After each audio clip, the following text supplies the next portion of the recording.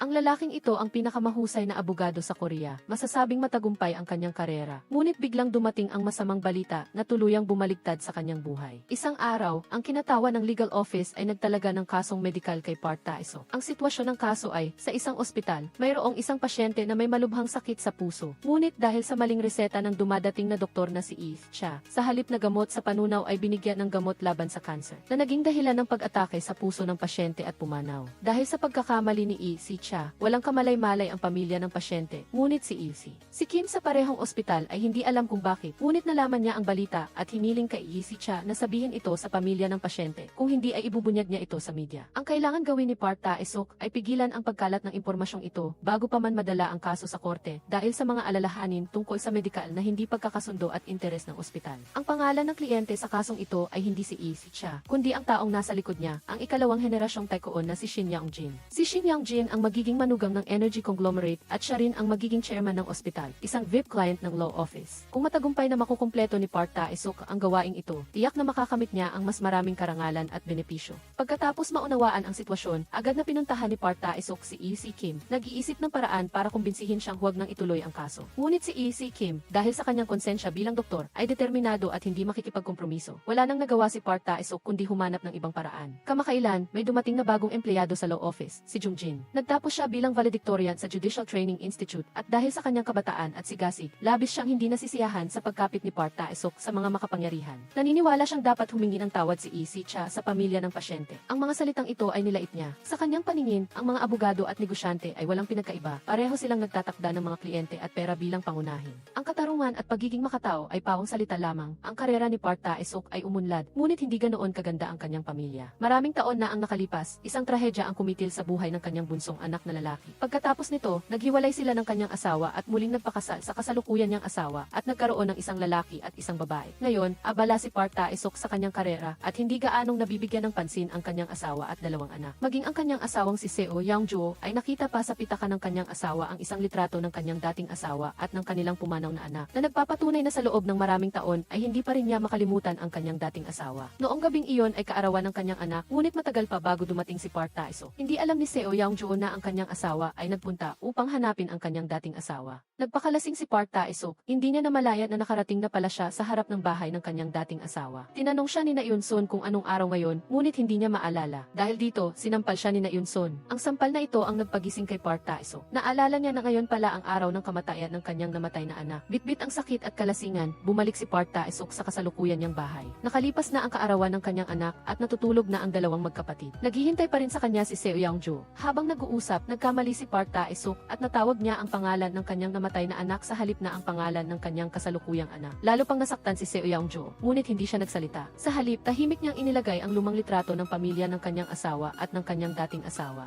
Inilagay ni Seo Young-jo ang litrato ng kanyang anak sa pitaka ni Park Tae-seok. Kinabukasan, pagkatapos pumasok sa trabaho, nakalimutan na ni Park Tae-seok ang nangyari kahapon. Kasabay nito, pumunta siya sa ospital para muling makipagkita kay Kim. Sa pagkakataong ito, mayroon na siyang sikreto upang manalo. May kaibigan si Park Tae-seok noong bata pa na isang doktor. Dati nang nagpatingin si Kim sa kasamahan ng kanyang kaibigan at ang resulta ng pagsusuri ay mayroon siyang genetic Alzheimer's disease. Kung malalaman ng ospital ang tungkol dito, mawawala ng trabaho si Kim. Bukod pa rito, ikakasal na ang anak na babae ni Kim at kapag nalaman ng pamilya ng mapapangasawa ang tungkol dito, baka hindi matuloy ang kasal. Ginagamit ito ni Park Tae-seok para takutin si Kim. Kung hindi siya papayag sa personal na kasunduan, isasapubliko ang kanyang sakit. Dahil napilitan, pumayag si Kim. Ngunit pinayuhan din niya si Park Tae-seok na maging mapagbigay at mapagpasensya. Baka raw ang susunod na makakaranas ng kamalasan ay si Park Tae-seok mismo. Hindi naniwala si Park Tae-seok dito. Pagkatapos maresolba ang kasong ito, nakahinga na siya ng maluwag. Basta kumita ng pera, sino pa ang magmamalasakit sa kapalaran? Para pasalamatan si Park Tae-seok, buong sigasig na inasikaso ni Shin Young-jin si Park Tae-seok. Gustong gamitin ni Park Tae-seok ang pagkakataong ito para magkaroon ng koneksyon. Ngunit hindi niya inaasahan na tatawagin siya ng kanyang kaibigang doktor. Galit na galit ang kaibigan kay Park Tae-seok. Hindi niya akalain na gagamitin ni Park Tae-seok ang Alzheimer's disease ni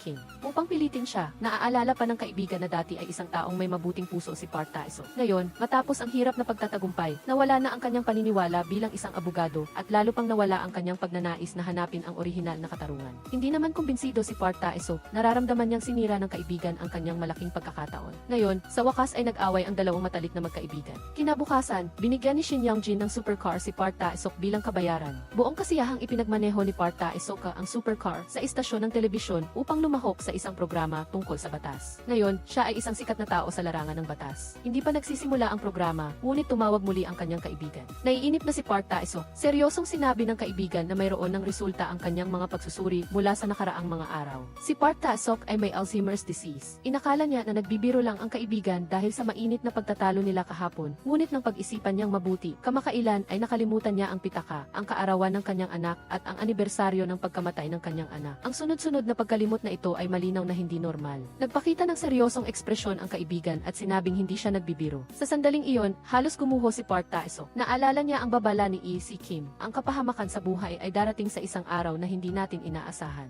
Biglang sumapit ang bangungot at hindi siya nakapaghanda. Nang lumabas siya sa programa, hindi siya nakapokus. Pagkatapos ng programa, nakalimutan niyang kunin ang kanyang folder. Ang dala niya lang ay isang bag na puno ng basura. Hindi alam ni Park Ta-isok ang gagawin kaya pinuntahan niya ang kanyang matalik na kaibigan. Sinabi ng kaibigan na dahil sa Alzheimer's disease, unti-unting lumiliit ang utak ni Park Ta-isok. Umaasa ang kaibigan na magpapasuri ulit siya dahil sa kasalukuyan, nasa maagang yugto pa lang ang sakit at maaari pa rin gumamit ng gamot upang mapabagal ang pagliit ng utak. Tumanggi si Park Ta-isok sa gamot. Ang gamot ay pansamantala lang makakapagpabagal ng pagliit ng utak, ngunit hindi ito makakagamot. Sa paglipas ng panahon, unti-unting mawawala ang kanyang mga alaala. Ito ay isang hindi mababagong resulta. Naalala muli ni Park Ta-isok ang sinabi ni Lee Si-kim, tilang at natuklasan na niya ang kanyang karma. Hindi pa tapos ang isang problema, mayroon na namang panibago. Si Lee Si-kim, na pinilit ni Park Ta-isok, ay biglang nagpakamatay. Inalis ng pulisya ang posibilidad ng pagpatay matapos ang investigasyon, ngunit nabalitaan na nag-iwan ng sulat si Lee Si-kim bago siya namatay. Ang bagay na ito ay tiyak na masamang balita para kay Park Ta-isok. Nag-aalala ang law office na babanggitin na nilalaman ng sulat ang naunang medikal na insidente. Bago pa man, pinupunan na rin ng ibang abogado si Park Ta-isok. Sinasabing labis na ang kanyang paraan ng pagtatrabaho. Ngunit hindi naniniwala si Park Ta-isok na may nagawa siyang mali. Kung hindi katarungan, huwag magkunwari ng katarungan. Dalawang pagpipilian lang ang meron sa mundong ito. Dumating ang pulisya para hanapin si Park Ta-isok. Ang dahilan ay nasa sulat ng huling habilin ni Lee Si-kim ang kanyang business card. Maliwanag na pinaghihinalaan ng pulisya si Park Ta-isok na may kinalaman sa kasong ito, kaya tinanong nila siya tungkol sa kanyang alibi. Nangyari ang insidente, sinabi ng kinatawan ng law firm kay Park Ta-isok na maliban sa business card, isang blankong papel lang ang nasa sulat ng huling habilin ni Lee Si-kim. Kung walang nakasulat sa sulat, malaking pakinabang ito kay Park Ta-isok. Ginamit niya ang kanyang posisyon bilang abogado para malansi ang pulisya. Walang nagawa ang pulisya. Napakabilis na nakahanap si Park Ta-isok ng alibi para sa araw ng insidente. Nang gabing iyon, kasama niya ang kanyang matalik na kaibigan at nakunan pa ito ng video. Ito ang tiyak na alibi. Sa praktikal na pananaw ng batas, sa katunayan, ang pagkamatay ni Lee Si-kim ay walang kinalaman kay Park Ta-isok. Ngunit sa usapin ng moralidad, hindi siya makakatakas. Bilang kasamahan niya, alam na alam ng bagong dating na si Jung-jin ang sitwasyon. Nang araw na iyon sa ospital, nakita niya mismo kung paano pinilit ni Park Ta-isok si Lee Si-kim. Kinuwestiyon ni Jung-jin si Park Ta-isok, hindi ka ba nagsisisi dahil pinilit niyang gumuho ang isang tao? Ngunit kalmado lang si Park Ta-isok, hindi niya ugali ang pagsisisi. Dahil hindi niya nagustuhan ang estilo ng trabaho ni Park Ta-isok, nagsumite si Jung-jin ng resignation letter. Pagkatapos niyang ipasa ang lahat ng kanyang trabaho, aalis na siya. Ngunit hindi pa doon natatapos ang lahat.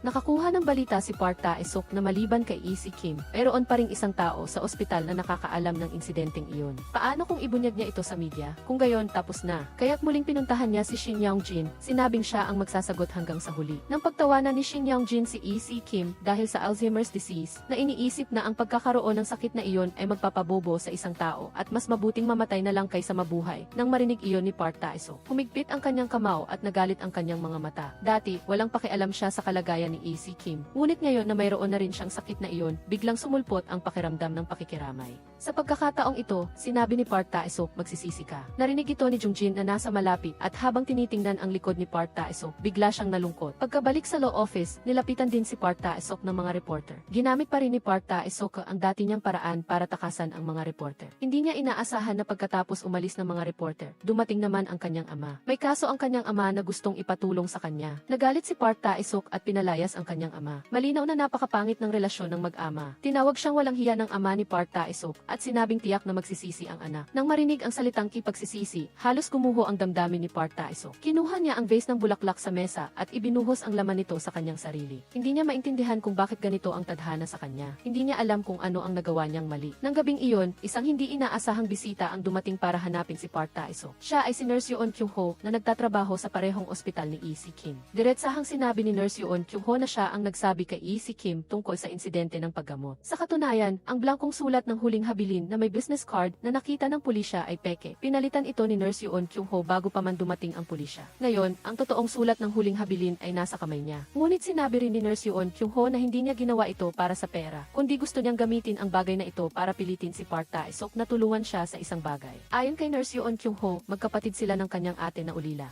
Mula pagkabata, ang dalawang magkapatid ay nagtulungan. Ang kanyang ate ay may isang 6 taong gulang na anak na babae, ngunit hindi ito tunay niyang anak. Ito ay isang bata na inabandona ng kaibigan ng kanyang ate pagkatapos ipanganak. Para sa kanyang ate, ang batang ito ay ang kanyang buhay, at ito rin ang pamangkin na labis na minamahal ni Nurse Yoon Kyung-ho. Hindi pa nagtagal, bumalik ang tunay na ina ng bata at hinihingi na ibalik ng kanyang ate ang bata. Kung hindi ito ibabalik, ay dedemanda siya nito sa kasong pagdukot ng bata. Upang matulungan lamang ang kanyang ate, naisip ni Nurse Yoon Kyung-ho ang taktika na ito at umaasa na tatanggapin ni Park Tae-suk ang kaso. Ang problema ay, noong inampo ng kanyang ate ang bata noon, wala siyang ginawang anumang kaugnay na legal na pamamaraan at wala rin siyang legal na karapatan sa pagiging magulang. Kaya't, ito ay halos walang pagkakataong manalo sa kaso. Diretsahang sinabi ng nurse na kailangan itong manalo. Kung hindi matutulungan ni Park Tae-suk ang kanyang ate na ipagtanggol ang bata, ibibigay niya sa media ang lahat ng dokumento tungkol sa medikal na insidente na hawak niya. Si Park Tae-suk ay nasa pagitan ng dalawang bato at matigas na lugar at idagdag pa ang nakakainis na Alzheimer's disease. Sa sandaling ito, ang pakiramdam ng panlalamig ay bumalot sa kanya. Inanyayahan ni Park Tae-suk ang kanyang matalik na kaibigan na uminom. Nagbigay ang kaibigan ng ilang opsyon sa gamot. Ngunit pumiti lang si Park Tae-suk. Ano ang silbi niyan? Maghintay na lang tayo na makita ang mga ninuno. Bukod pa rito, para sa isang abogado na dapat ay puno ng batas ang isip, ang Alzheimer's disease na nagiging dahilan ng unti-unting pagkawala ng alaala ay parang sentensyang kamatayan. Iminungkahi ng kaibigan na sabihin niya sa kanyang pamilya. Sinabi ni Park Tae-suk na maghintay muna siya. Hindi niya maisip kung gaano kalungkot ang kanyang pamilya kapag nalaman nila ang balita. Pagkatapos uminom ng isang baso ng alak, biglang nagtanong si Park Tae-suk, ano ba ang nagawa kong mali para parusahan ako ng Diyos ng ganito? Sa kalye sa gabi, binabasa ni Park Tae-suk ang bawat linya sa konstitusyon. Sa hindi inaasahan, nakarating siya sa harap ng tindahan ng noodles ng kanyang ina. Nang makita ang kanyang matandang ina, maging ang isang lalaking may pusong bakal na tulad ni Park Tae-suk ay napaluha. Mula nang magkaroon ng Alzheimer's disease, madalas bangutin si Park Tae-suk. Pagkagising niya, patuloy niyang binibigkas ang konstitusyon at determinado siyang, anuman ang mangyari, hindi siya maaaring. Upang hindi madamay ang kanyang pamilya sa kanyang kalagayan, bumili siya ng teddy bear para sa kanyang anak na babae. Ngunit nang makauwi siya, nalaman niyang mayroon na pala ang kanyang anak ng eksaktong kaparehong teddy bear na siya mismo ang bumili ilang araw na ang nakalipas. Sa harap ng pagtataka ng kanyang asawa, ngumiti lang si Park Tae-suk at sinabing dahil ito sa labis niyang pag-inom. Gustong kausapin ni Seo Young-ju si Park Tae-suk tungkol sa kanilang anak na lalaki. Ang kanilang anak ay nasa edad ng pagrebelde at lihim pang umiinom sa supermarket. Ngunit pagkatapos sumagot ng tawag, nakalimutan na ni Park Tae-suk ang sinabi ng kanyang asawa. Dahil dito, nagkamali si Seo Young-ju sa pag-aakalang walang pakialam ang kanyang asawa sa kanya at sa kanilang mga anak. Ngunit sa totoo lang, mahal na mahal ni Park Tae-suk ang kanyang pamilya. Pagkatapos niyang marinig ang kanyang asawa, nagsimula siyang aktibong ihatid ang kanyang anak sa eskwelahan.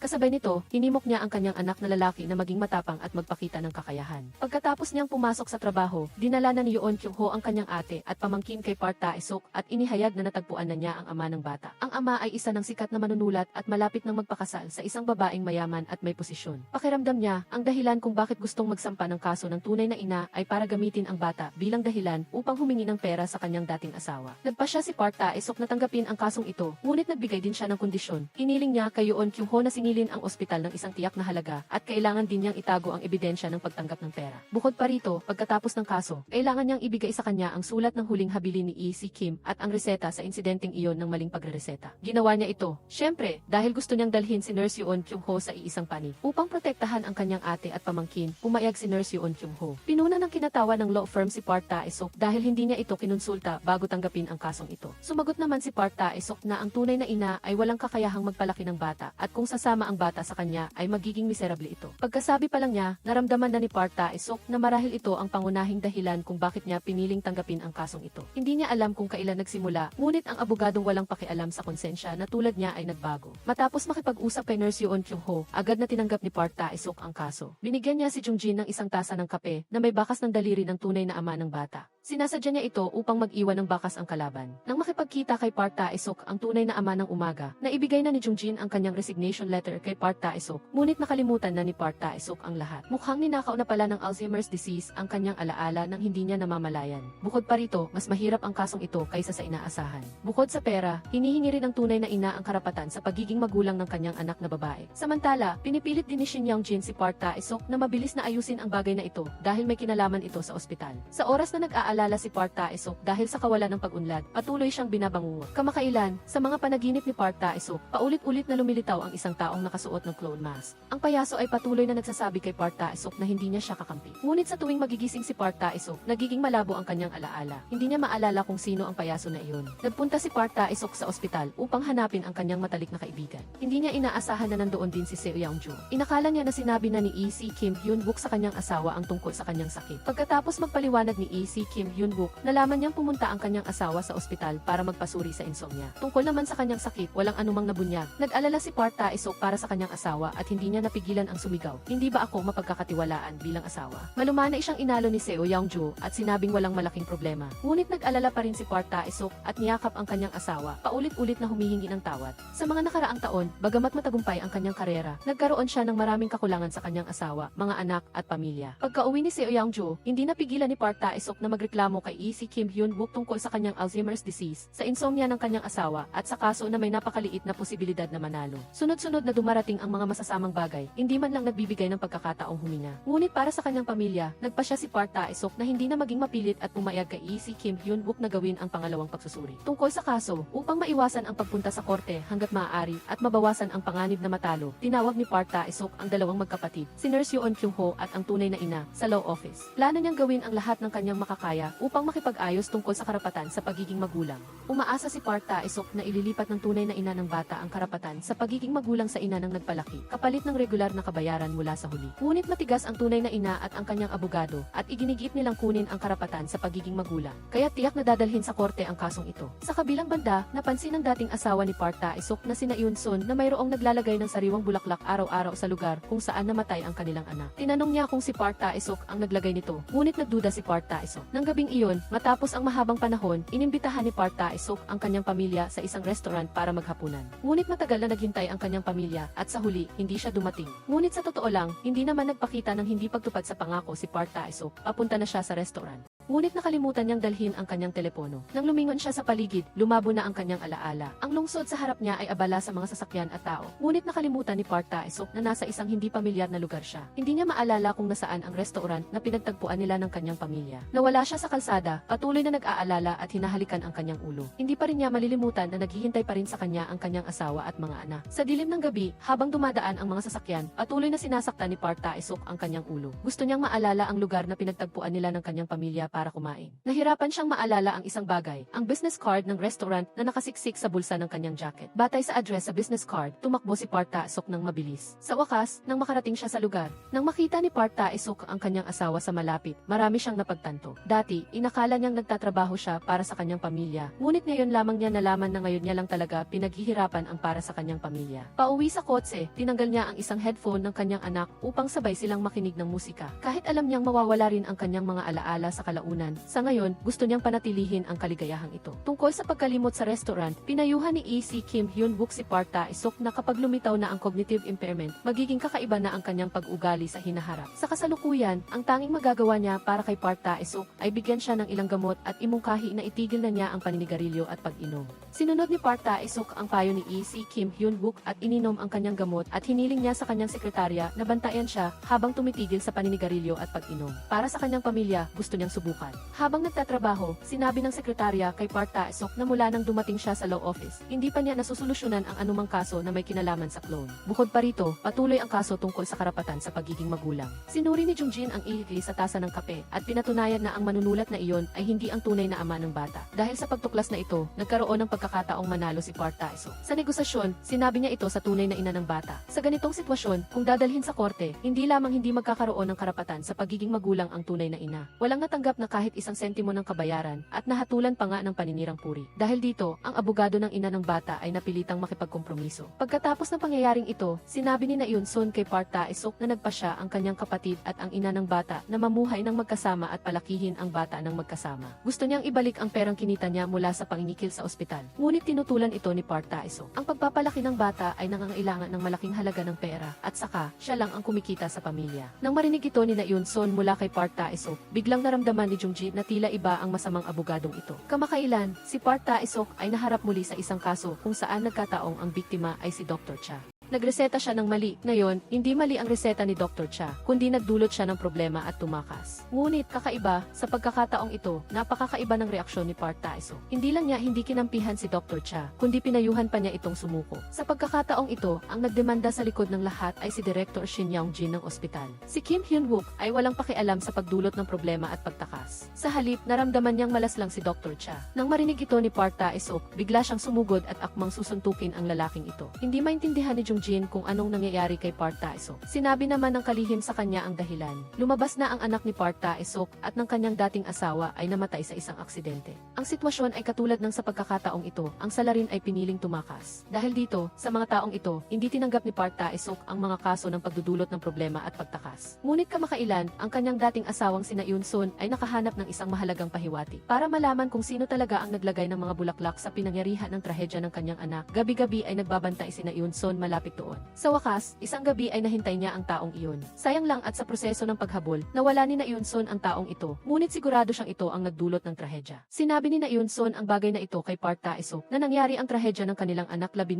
taon na ang nakakaraan at matagal nang lumipas ang statute of limitations. Hindi sumuko si na Yoon-sun at determinado siyang hulihin ang salarin. Bilang isang babaeng huwes, ipinasa niya ang mga bulaklak na iniwan ng salarin sa isang kakilalang piskal para maimbestigahan, umaasang makahanap ng fingerprints. Ngunit hindi inaasahan ni na Yoon-sun sa kanyang pinakamalalim na panaginip na ang salarin na kanyang buong pusong hinahanap ay nasa tabi niya lamang. Kamakailan, may bagong intern sa tanggapan ng taga-usig na nagngangalang Jang In-ho. Siya ang salarin na bumangga sa anak ni na Yoon-sun at Park Tae-suk. Sa mga taong ito, si Jang In-ho ay laging nakakaramdam ng pagsisisi. Dahil pa nga sa aksidente, hindi na siya nagmamaneho ng kotse. Sa katunayan, mapaglaro ang tadhana, si Jang In-ho ay anak pa ng kinatawan na si Lee Chan-moo. Siya ang boss ni Park Tae-suk sa law firm. Umaasa si Lee Chan-moo na makalaya ang kanyang anak mula sa anino ng nakaraan, kaya binigyan niya ito ng kotse. Nang gabing iyon, pumunta si Park Tae-suk sa kanto kung saan na aksidente ang kanyang anak. Doon, tila muli niyang nakita ang kanyang mahal na anak, ngunit ang nasa harap niya ay isa lamang ilusyon. Bumalik si Park Tae-suk sa bahay ng kanyang dating asawang sina Yoon-sun. Pinayuhan niya sina Yoon-sun na kalimutan na ang nakaraan at mamuhay ng maayos dahil sa ganoon lamang siya, hindi gaanong magsisisi sa kanyang dating asawa at sa namatay nilang anak. Ngunit umiling sina Yoon-sun, gusto niyang hindi maging mapayapa ang buhay ni Park Tae-suk dahil sa ganoon lamang maaalala ng lalaking ito ang kanilang namatay na anak habang buhay. Gabi na at lasing na lasing si Park Tae-suk. Naghihintay pa si Seo Young-joo sa kanya para kumain ng hapunan sa bahay. Ngunit si Park Tae-suk na lasing ay bumalik sa bahay ng kanyang dating asawa. Nakatulog pa siya sa kama ng namatay nilang anak. Gusto sanang gisingin ni na Yoon-sun si Park Tae-suk nang tumawag si Seo Young-joo. Noon, nahuli niya si na Yoon-sun na tumatawag kay Park Tae-suk at nakita pa niya ang kanyang asawa na punong-puno ng pangalan ng kanilang namatay na anak ang kanyang notebook. Ngayon, sa kabilang linya ng telepono, narinig niya ang boses ng dating asawa. Muntik nang bumigay si Seo Young-joo. Pumunta siya sa bahay ni na Yoon-sun para sunduin ang kanyang asawa. Sa sandaling iyon, ang isa ay ang dating asawa at ang isa ay ang kasalukuyang asawa. Ang dalawang babae ay tahimik na nagkatinginan. Ang eksena sa harap nila ay parang isang walang bala na larangan ng digmaan. Sa silid ng namatay na anak, si Seo Young-joo, nakita ni Seo Young-joo ang kanyang lasing na asawa na nakahiga sa kama at galit na ginising ito. Noon lamang napansin ni Park Tae-suk na mali ang tulugan niya. Hindi na nagpaliwanag si na Yoon-sun at sinabi lang kay Seo Young-joo na huwag magkamali. Hindi nawala ang pagdududa ni Seo Young-joo sa ganoong mga salita. Ang nangyari ngayong gabi ay nagpatindi ng kanyang hinala sa kanyang asawa at sa dating asawa nito. Gusto sanang magpaliwanag ni Park Tae-suk sa kanyang asawa, ngunit ayaw makinig ni Seo Young-joo. Palagi siyang sinusubukan na intindihin ang kanyang asawa, ngunit ang nangyari ngayong gabi ay hindi niya maunawaan kahit anong pilit. Naramdaman lang niya na hindi na kayang itago ng kanyang asawa ang katotohanan. Naaalala pa rin ng kanyang asawa ang kanyang dating asawa at ang kanilang anak. Muling natahimik si Park Tae-suk, hindi niya masabi sa kanyang asawa na may Alzheimer's siya.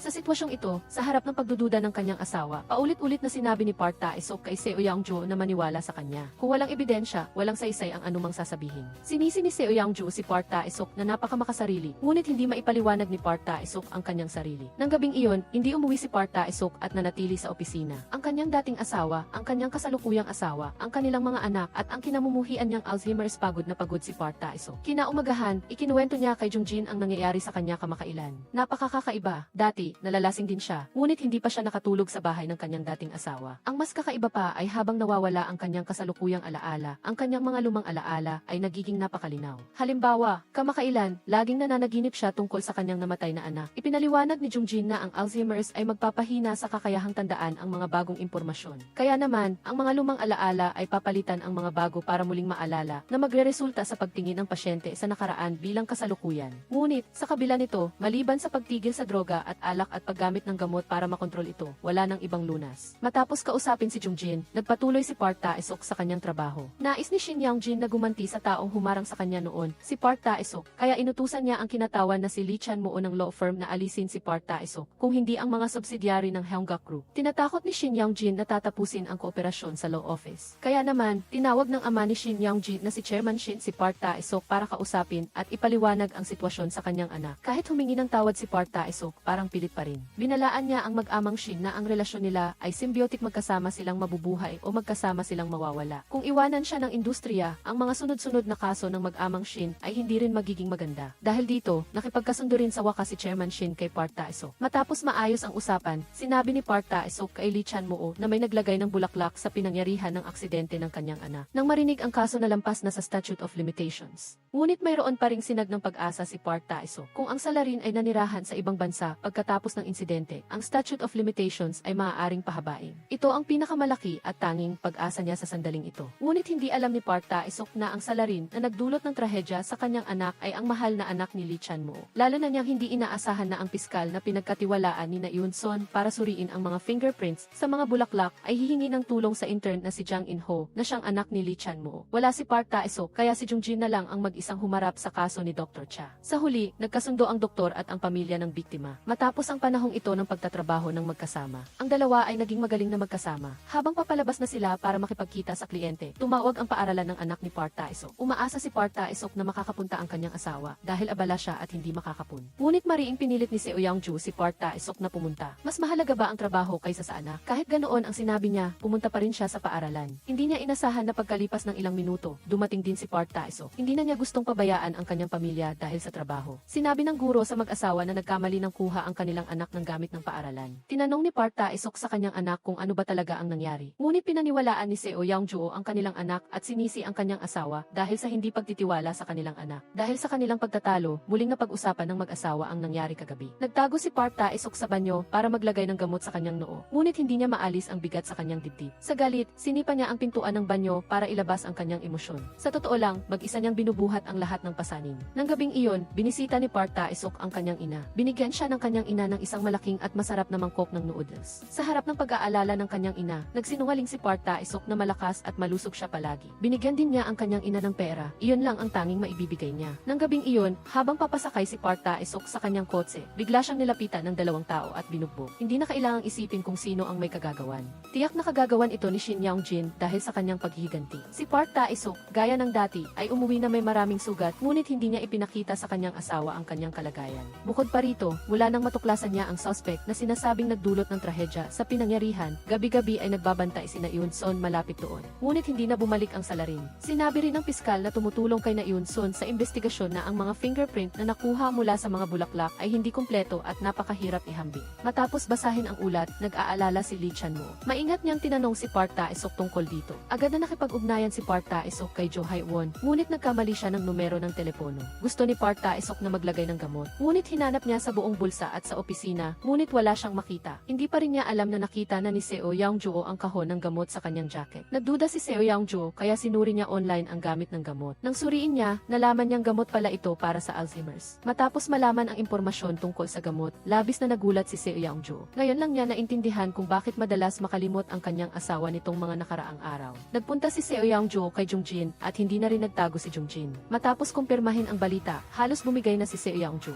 Mag-isa siyang umiyak ng malakas sa walang taong hagdanan. Nitong mga nakaraang araw, gaano na kaya kalaki ang pagdurusa ng kanyang asawa? Hindi niya talaga maisip. Dahil hindi makita ni Park Tae-suk ang gamot sa opisina, tinawagan niya ang kanyang dating asawa. Nagtanong kung may nakalimutan siyang gamit sa bahay nito. Sinabi ni Na Eun-son na wala, ngunit binanggit din niya na pinakiusapan niya ang piskal na mag-post ng bagong impormasyon tungkol sa aksidente ng kanilang anak noon sa pahayagan. Gusto niyang subukang gamitin ang pamamaraang ito para mahanap ang mga saksi. Hindi niya inasahan na mabilis na lumabas ang saksi. Nang araw na iyon, umamin si Jang In-ho kay Lee Chan-moo. Sinabing labis siyang nagsisisi sa pagtakas noon. Ngayon, malaki ang pasanin ng pagsisisi niya at lubos siyang nalulumbay.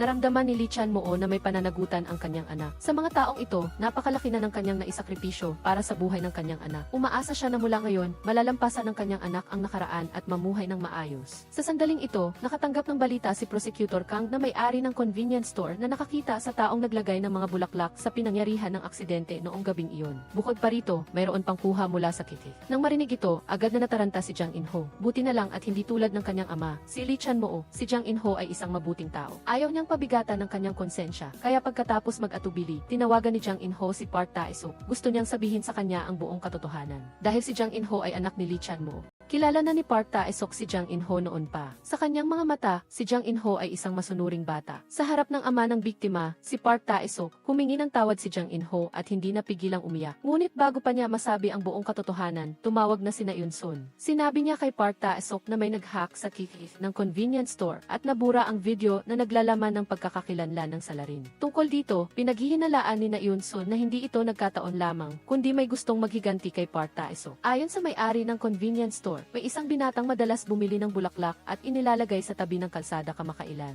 Ngunit sa kasamaang palad, nakasuot ng sombrero ang taong ito, kaya ang tanging masasabi ng may-ari ay isang binatilyo, humigit kumulang 20 taong gulang. Kakaiba ang pakiramdam ni Park Tae-suk. Ang kaso ng kanilang anak ay nangyari 15 taon na ang nakakaraan. Batay sa sinabi ng may-ari ng convenience store, ang salarin 15 taon na ang nakakaraan ay malamang na nasa edad 10 something lang. Bukod pa rito, 15 taon na ang nakakaraan, hindi pa sikat na pambansang abogado si Park Tae-suk, kaya wala siyang posibleng kaaway. Muling nagreklamo si Na Eun-sun kay Park Tae-suk na ang trahedya ng kanilang anak noon ay hindi nagkataon lamang. Nang gabing iyon, gusto sanang sunduin ng mag-asawa ang kanilang anak mula sa nursery school, ngunit abala si Na Eun-sun sa paghahanda para sa kanyang pagsusulit sa pagiging huwes. Noong panahong iyon, asawa pa rin niya si Park Tae-suk. Abala rin si Park Tae-suk sa trabaho, kaya hindi siya nakarating sa tamang oras. Naramdaman pa nga ni Na Eun-sun na pinabayaan nilang mag-asawa ang kanilang anak. Ang mga salita ng kanyang dating asawa ay parang kutsilyo na sumaksak sa puso ni Park Tae-suk. Pauwi sa law office, may isang taong nakasuot ng clone costume ang nagbigay ng flyer kay Park Tae-suk. Ang clone na ito ay nagpaalala kay Park Tae-suk sa nakakatakot na clone sa kanyang bangungot. Ang kawalan ng tiwala ng kanyang asawa, ang pagdadabog ng kanyang dating asawa, at ang anak na nagdulot ng gulo sa paaralan naramdaman ni Park Tae-suk na nahihilo at lumalabo ang kanyang paningin. Sa sandaling ito, naghahanda si Seo Young-jo ng pampalusog para sa kanyang asawa sa bahay. Hindi pa alam ni Park Tae-suk na alam na ng kanyang asawa ang kanyang sakit. Ibinalik ni Seo Young-jo ang kahon ng gamot sa bulsa ng jacket ng kanyang asawa. Kinuha ni Park Tae-suk ang pagkakataon para ilagay ang kahon ng gamot sa kanyang bag sa sandaling iyon. Nakatanggap ng tawag ang mag-asawa mula sa guro ng klase may malaking problema ang kanilang anak. Ayon sa guro, sa loob ng paaralan, pinukpok ni Park Jung-woo ang kanilang anak ng bato ang ulo ng isang lalaking kaklase ng walang dahilan. Pumunta ang mag-asawa sa ospital para humingi ng tawad sa ama ng batang lalaki. Napakatigas ng pagtrato ng ama at patuloy pa niyang sinasabi na si Park Jung-woo ay isang masamang binatilyo. Ang mas mahalaga pa, ang amang iyon ay ang presidente ng EFE. Upang ipaglaban ang kanyang anak, nagpa siya ang presidente na magdaos ng EFE meeting. Hindi pa nga nakapag-iisip ang mag-asawa tungkol sa EFE meeting nang biglang nawala ang kanilang anak. Nagpunta si Park Tae-suk sa paaralan ng kanyang anak. Nakita lang niya ang matalik na kaibigan ng kanyang anak na mag-isa sa silid-aralan. Sinabi ng kaibigan kay Park Tae-suk na nagpadala si Park Jung-woo ng isang kakaibang mensahe sa kanya. Naintindihan ni Park Tae-suk pagkatapos basahin ang mensahe ito ay isang paalam na mensahe mula sa kanyang anak. Sinabi ng kaibigan kay Park Tae-suk ang lugar kung saan posibleng pumunta ang kanyang anak. Tumakbo si Park Tae-suk at natagpuan niya ang rooftop ng isang inabandunang gusali. Buong lakas siyang tumakbo papunta sa rooftop. Nawalan na siya ng isang anak, hindi na niya kayang mawalan pa ng pangalawa. Buti na lang at hindi pa gumagawa ng kalokohan ang kanyang anak at mag-isa lang itong nakaupo sa sulok at umiiyak. Tumakbo si Park Tae-suk para punasan ang luha ng kanyang anak. Kasalanan niya, si Park Jung-woo ay may maraming gustong sabihin.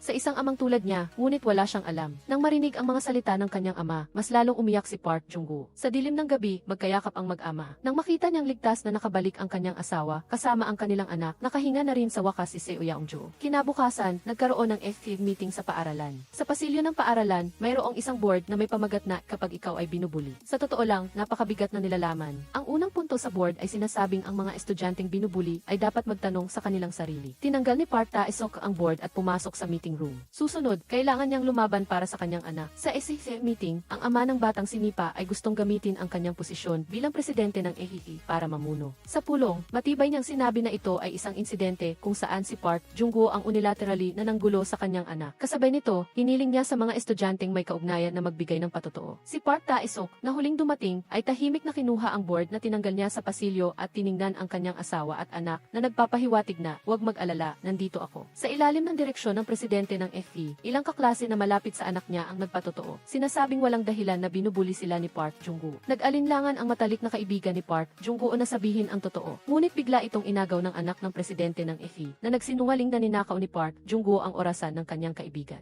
At siya ang nakakita kaya gusto niyang sabihin sa guro. Dahil dito, ginantihan siya ni Park Jung-woo. Sumagot si Park Jung-woo na hindi niya kinuha ang orasan at binubuli siya ng anak ng presidente ng FE. Galit na galit si Park Tae-suk at bilang isang ama at isang taong nagtatrabaho sa legal na propesyon, hinarap niya ang kapangyarihan ng presidente ng FE. Malinaw niyang sinisiyasat na ang kanyang anak ang biktima. Dahil dito, pinili niyang gumanti sa pamamagitan ng puwersa. Nakita ng mga kaklase na kinuha ni Park Tae-suk ang board na tinanggal niya kanina at ipinakita sa presidente ng FE at sa ibang mga magulang. Ang paaralang ito ay bumoto bilang pamantayan ng paaralan sa loob ng 3 taon. Ngunit ang nakasulat sa board na ito ay tunay na insulto sa paaralan. Naramdaman ni Park Tae-suk na ang pinakawalang pag-asa ay siya mismo. Bilang isang abogado, ang kanyang pang-araw-araw na trabaho ay makinig sa kanyang mga kliyente. Ngunit bilang isang ama, hindi niya narinig ang boses ng kanyang anak. Naniniwala si Park Tae-suk na nagkasala siya sa kanyang anak, hindi siya magtatanggol sa sarili at tatanggapin ang nararapat na parusa. Ngunit kasabay nito, ang mga nang-aapi sa kanyang anak ay dapat ding maparusahan sa ilalim ng katarungan ni Park Tae-suk. Sa huli, sinabi ng matalik na kaibigan ni Park Jung-woo ang totoo. Lumabas na. Siya mismo ang naglagay ng relo sa bag ni Park Jung-woo at ang lahat ay dahil sa panggigipit ng anak ng presidente ng FE. Hindi si Park Jung-woo ang palaging binubuli, kundi ang kanyang matalik na kaibigan. Para tulungan ang kanyang kaibigan, nagsumbong si Park Jung-woo sa guro ng klase. Kaya naman, lumipat sa kanya ang anak ng presidente ng FE. Ang kaibigan niya ay para ipagtanggol ang sarili, kaya napilitan din siyang pumanig sa anak ng presidente. Sa puntong ito, alam na ng mga magulang kung sino ang tama at sino ang mali. Hiniling ng guro ng klase sa presidente ng FE na umalis sa meeting room.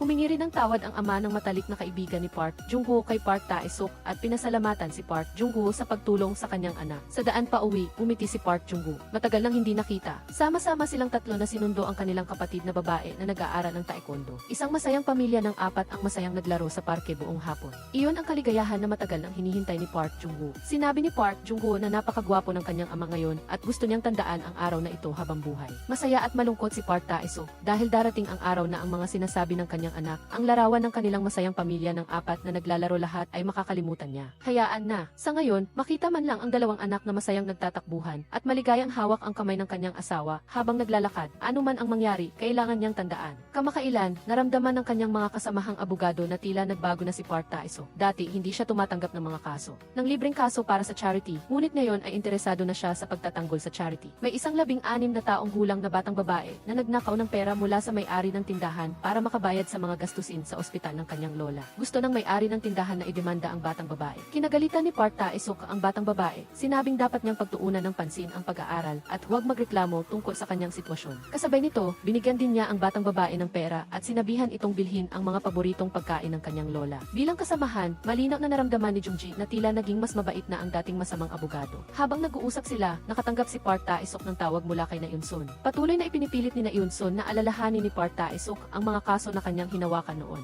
Naghihinala na nakasakit siya ng isang tao at sinadya nilang gumawa ng aksidente sa kotse ng kanilang anak. Pagod na pagod si Park Tae-suk. Bilang ama ng kanyang anak, mas gusto niyang mahanap ang salarin kaysa sino paman, ngunit ang kanyang dating asawa ay patuloy na naghihinala araw at gabi. Ito ay magpapalala lamang sa sitwasyon. Bukod pa rito, pinakiusapan ni Prosecutor Kang si Jo Hae-won na tulungan siyang imbestigahan ang aksidente sa kotse ng anak ni Na Eun-sun. Natuklasan ni Jo Hae-won na napakalinis ng pagtatala ng kasong ito ng pulisya, na pinaghihinalaan niyang sadyang binura. Dahil sa kanyang matalas na instinct sa paghahanap ng balita, pinaghihinalaan ni Jo Hae-won na mayroong maimpluwensyang tao sa likod ng aksidente sa kotse na ito. Narinig ang lahat ng ito ni Jang In-ho na nasa tabi niya. Kahit na pinrotektahan siya ng kanyang ama, hindi siya makatulog ng mahimbing dahil sa malas na insidente noon. Dahil sa biglang pagkaalala ng kanyang matalik na kaibigan, si Park Tae-suk, sa pangalang Miansu, ang pangalan ng hayop na biglang naalala niya na ang taong nakamaskara ng payaso na madalas lumalabas sa kanyang panaginip panaginip ay Myunsu. Siyempre, hindi iisa ang dalawang tao na ito. Nang balikan ni Park Tae-suk ang lumang kaso, nalaman niyang nahatulan si Myung-soo dahil sa kaso ng pagbebenta ng ginto sa supermarket 15 taon na ang nakakaraan. Ngunit matapos siyang dakpin ay patuloy niyang sinasabing inosente siya. Nang marinig ito ni Park Tae-suk, agad siyang pumunta upang makipagkita kay Myung-soo. Maraming taon na ang nakakaraan, kahit na abogado siya ng depensa, hindi siya nagtitiwala kay Myung-soo. Ngunit ngayon, palagi niyang nararamdaman na ang kanyang panaginip ay hindi aksidente. Marahil ay may kaugnayan si Myung-soo sa masamang insidente ng sasakyan ng kanyang anak. Sa paalala ni Myung-soo, naalala lamang ni Park Tae-suk ang kumpletong nakaraan 15 taon na ang nakakaraan. Dahil sa pagtatanggol kay Myung-soo, huli si Park Tae-suk sa pagsundo sa kanyang anak sa paaralan, at dahil dito ay hindi direkta niyang naging sanhi ng aksidente sa sasakyan ng kanyang anak. Lumaya si Park Tae-suk na may pagkabigo. Habang nagmamaneho, tila nakita niya ang kanyang anak na naghihirap ng husto. Ngunit nagulantang siya at nagising sa katotohanan na isa lamang itong ilusyon.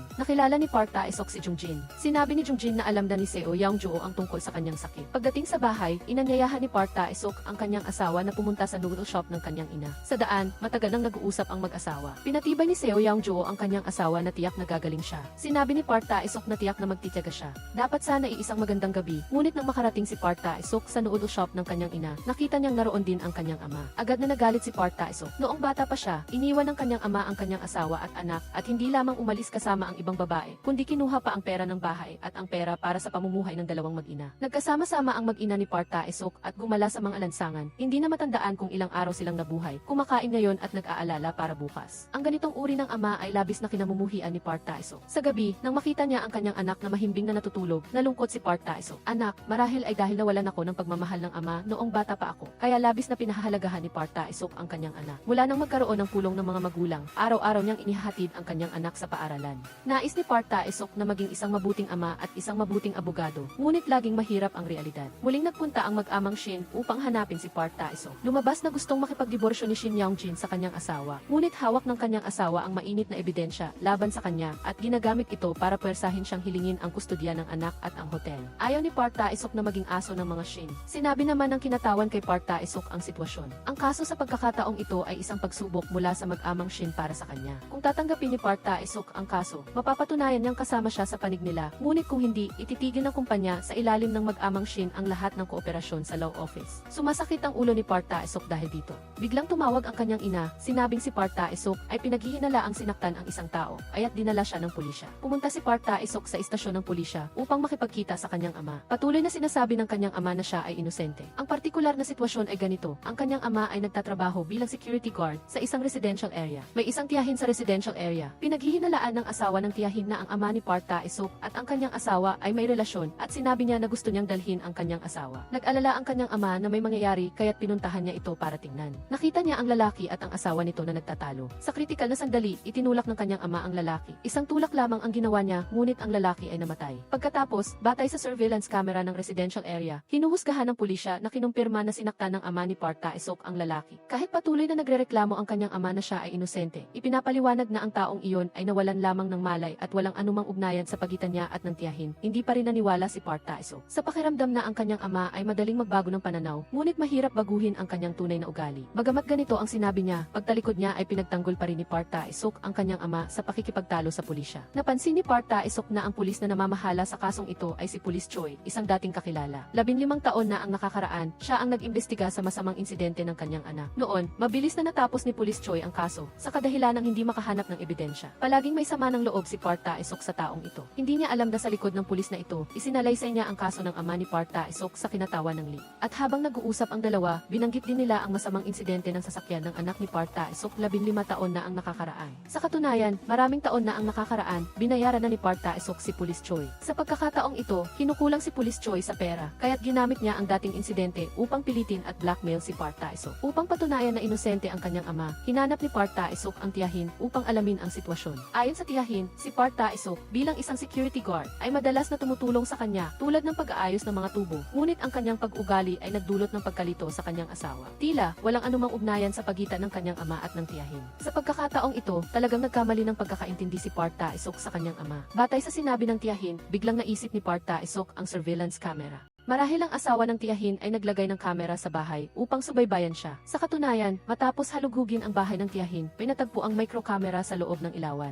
Ang imahe na ipinapakita sa kamera ay si Park Tae-suk na noon ay itinutulak lamang ang tao sa isang malambot na sofa at sa katunayan ay hindi ito makapagdulot ng nakamamatay na pinsala. Dahil dito, pinabulaanan ni Park Tae-suk ang sinabi ng pulisya at napatunayan din ang pagiging inosente ng kanyang ama. Ngunit ang bagay na hindi inaasahan ni Park Tae-suk ay ang imahe sa kamera ay mayroon pang karugtong na bahagi. Ipinakita ng imahe na matapos umalis ang ama ni Park Tae-suk, inilagay ng tiyahin ang lason sa katawan ng kanyang asawa na nawalan ng malay. Siya mismo ang pumatay sa kanyang asawa, kaya't dinakip ang tiyahin. Pumunta si Park Tae-suk upang makipagkita sa kanya, sinabing mag-aayos siya ng isang profesional na abogado para ipagtanggol siya. Ito lamang ang magagawa niya para sa kanya. Humingi lamang ang tiyahin kay Park Tae-suk na tulungan siyang hanapin ang kanyang anak at sinabi rin na may isang pulis na taon-taon ay tumatawag sa kanyang bahay upang magtanong tungkol sa kanyang anak. Sumang-ayon si Park Tae-suk na tulungan siya. Bukod pa rito, ang hindi pangkaraniwang pagkalimot ni Park Tae-suk kamakailan ay nagpataas ng pagdududa sa kanyang sekretarya. Upang malaman ang katotohanan, nakipagkita ang sekretarya kay Seo Young-jo at tinanong kung may problema ba sa kalusugan si Park Tae-suk kamakailan. Nakita ang sinseridad ng sekretarya, sinabi ni Seo Young-jo ang tungkol sa Alzheimer's ni Park Tae-suk at humingi rin ng tulong sa sekretarya. Dapat niyang tulungan ang kanyang asawa na malampasan ang kahirapan. Sumang-ayon ang sekretarya, anuman ang mangyari, mananatili siyang nasa panig ni Park Tae-suk. Ngunit nang mag-isa siya, umiyak siya ng malakas. 5 taon na siyang kasama ni Park Tae-suk at siya ang pinaka-nakakaintindi at sumusuporta sa kanya sa law office. Bukod sa sekretarya, napansin din ni Jungjin ang kakaibang pag-ugali ni Park Tae-suk. Isang araw, kailangan nilang pumunta sa korte para ipagtanggol ang 16 na taong gulang na batang babae na huling kaso nila. Ngunit matagal nang naghihintay si Jungjin, ngunit hindi pa rin dumarating si Park Tae-suk. Sa katunayan, dumating na si Park Tae-suk sa harap ng korte, ngunit ang nakakainis na Alzheimer's ay umatake sa oras na ito. Nakalimutan niya kung aling korte iyon. Nahirapan siyang hanapin ang korte. Nakalimutan niya kung saan ang korte. Noon, tila malabo ang kanyang paningin at blanko ang kanyang isip. Sa oras na iyon, tinawag siya ni Jungjin at nailigtas siya sa pagkawala ng pagdinig. Ang hukom ng pagdinig na ito ay sina Yoon-son at si Jungjin ang pangunahing abogado habang si Park Tae-suk ang tumulong. Lubos na naghanda si Jungjin at sa batayan na madalas na inaabuso ng may-ari ng restaurant ang dalagita. Mabilis na napawalang sala ang dalagita at nahatulan din ang may-ari ng restaurant. Matapos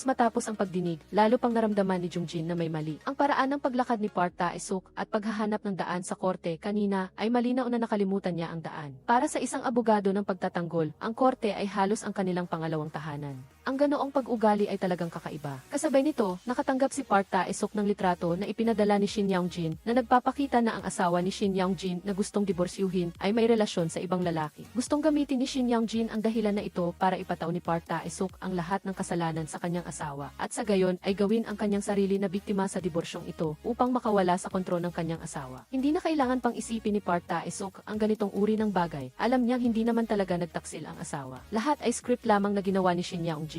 Bago nito, nag-aalangan pa rin si Park Tae-suk kung tatanggapin ba niya ang kaso ng diborsyo na ito. Sa kaibuturan ng kanyang puso, ayaw niya. Gumawa siya ng trabaho para sa mag-amang Shin. Ngunit sa pagkakataong ito, hindi niya alam kung bakit nagpa siya pa rin si Park Tae-suk na tanggapin ang kaso. Sa buhay, patuloy na ginugulo si Park Tae-suk ng Alzheimer's. Nang gabing iyon, habang natutulog, tinawag niya ang pangalan ng kanyang namatay na anak sa harap ni Seo Young-jo. Maling kinilala pa nga ni Seo Young-jo sina Yoon-son. Bagamat naunawaan ni Seo Young-jo na may sakit si Park Tae-suk, hindi niya maiwasang malungkot at umiyak mag-isa sa gabi. Nang makita niya ang kanyang asawang umiiyak, lalo pang naramdaman ni Park Tae-suk ang pagkabagabag. Upang aliwin ang kanyang asawa, isinama niya ang kanyang anak na si Park Jung-gu para mag-jogging sa umaga. Pumunta si Seo Young-jo upang makipagkita kay Jungjin. Ipinaliwanag ni Jungjin na ang ilang pasyente ng Alzheimer's sa proseso ng pagkawala ng kanilang alaala. Maaalaala ang masakit na alaala sa nakaraan at maling intindihin na ito ay katotohanan. Pagkatapos marinig ito, gusto ni Seo Young-jo na gumawa ng isang bagay para sa kanyang asawa. Pinalitan niya ang kumot sa bahay at nais din niyang anyayahan ang buong pamilya na kumain ng sushi. Sinabi rin ni Park Tae-suk na siya ang bahala sa pagbili ng sushi sa gabi. Ngunit pagdating ng gabi, hindi pa rin umuwi si Park Tae-suk. Hindi inaasahan ni Seo Young-jo na si Park Tae-suk ay nakatayo sa harap ng bahay ng kanyang dating asawa na may dalang sushi na binili niya at sinabing binili niya ito para sa kanyang anak. Lumapit sina Yoon-son at sinampal siya. Ang sampal na ito ay nagpagising kay Park Tae-suk. Napansin niya na mali ang pinuntahan niya. Nagpanggap si Park Tae-suk na lasing at bago umalis ay ibinigay pa niya ang sushi kay na Yoon-son. Hindi inaasahan ni na Yoon-son na pagsasabihan siya na wala siyang puso. Lumabas Halos na 15 taon na ang nakakaraan, gusto sanang bilhan ni Park Tae-suk ang kanyang anak na kararating lang mula sa paaralan ng paborito nitong shrimp sushi. Dahil sa pagkahuli niya, hindi inaasahang nangyari ang masamang insidente sa kanyang anak. Dahil dito, tuwing nakikita ni Na Yun-sun ang sushi, labis siyang nasasaktan. Nang sabihin ito ng kanyang dating asawa, naalala lang ni Park Tae-suk ang nangyari noon. Labis siyang nasaktan, hindi dahil sa masamang insidente ng kanyang anak, kundi dahil halos nakalimutan na niya ang kanyang anak. Nang mangyari ang hindi inaasahan, hinanap ni Seo Young-ju si Park Tae-suk kung saan-saan. Ayon sa staff ng sushi shop, binili ni Park Tae-suk ang shrimp sushi na pinakaayaw ni Park Jung-woo. Agad na naunawaan ni Seo Young-ju ang sitwasyon at pagkatapos ay dali-dali siyang pumunta sa bahay ni Na Yun-sun.